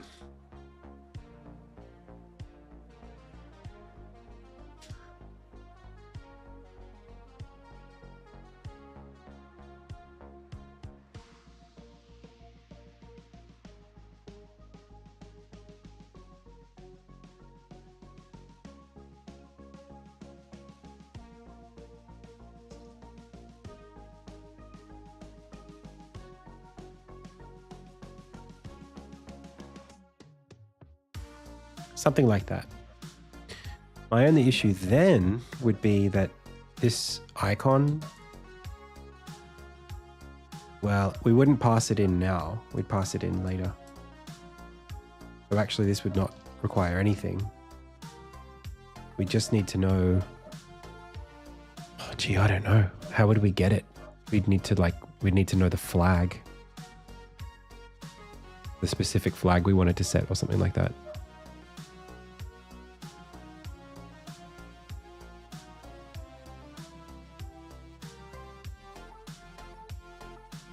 And then I suppose we'd pass that in.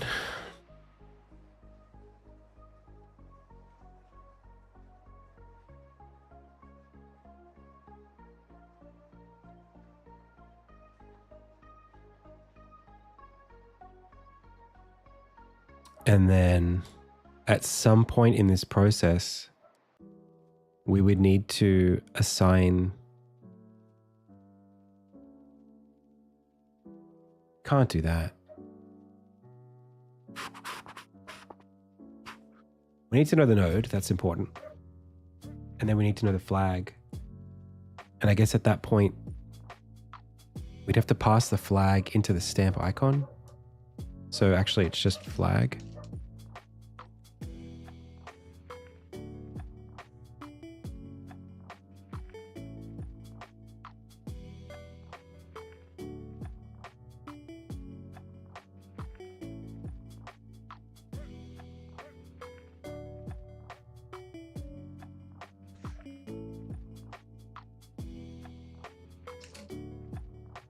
That doesn't seem right. Stamp icon. But we have to know in advance what we're doing. This is hard. Holy shit.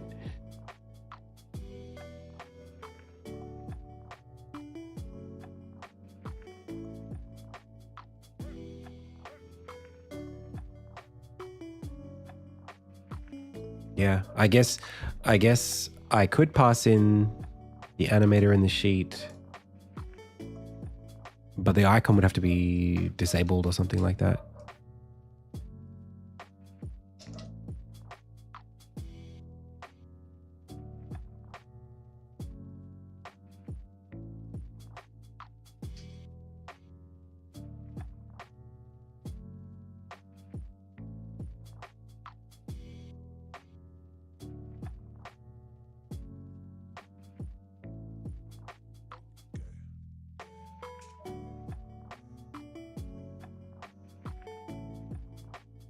Okay.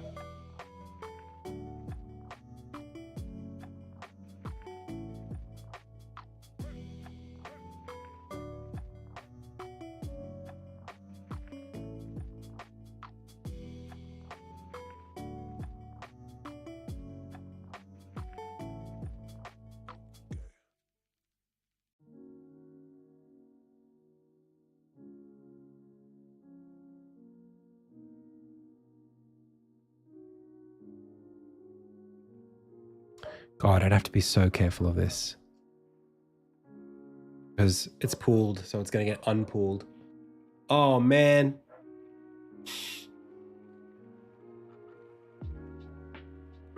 Whenever we open the map. Jesus. Okay, well, I got to be careful with that, but let's just see.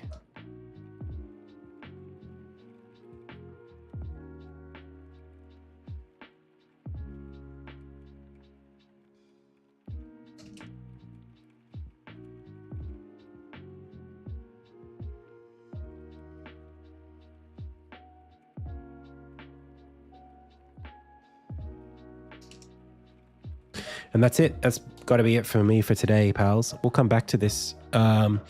Honestly, at this rate, probably on Thursday, because tomorrow I will be working on the... tomorrow I will be working on archaeology stuff. I might probably continue working on this tonight, but on stream, we're not going to be getting to this till Thursday, unfortunately. Wednesday, I will be...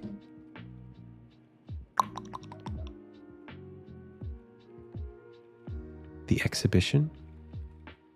Yeah, the exhibition, the exhibit.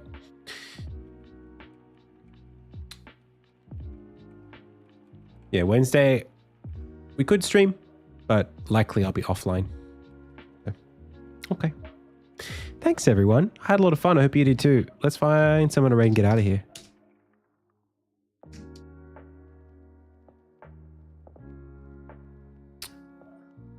Can't raid this guy. He's got too many viewers.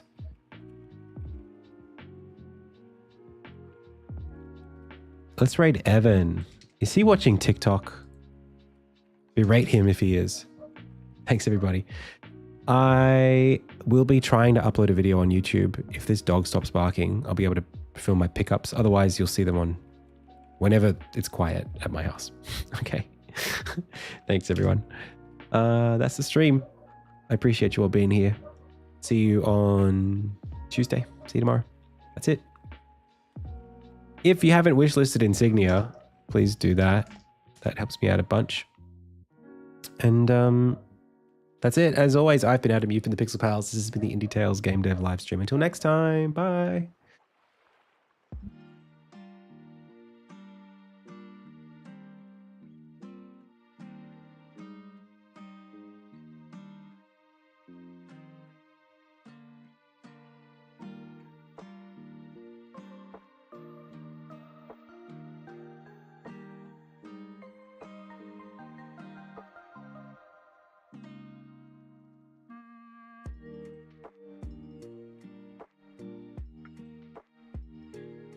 She had to FaceTime. Pretty nice, you doing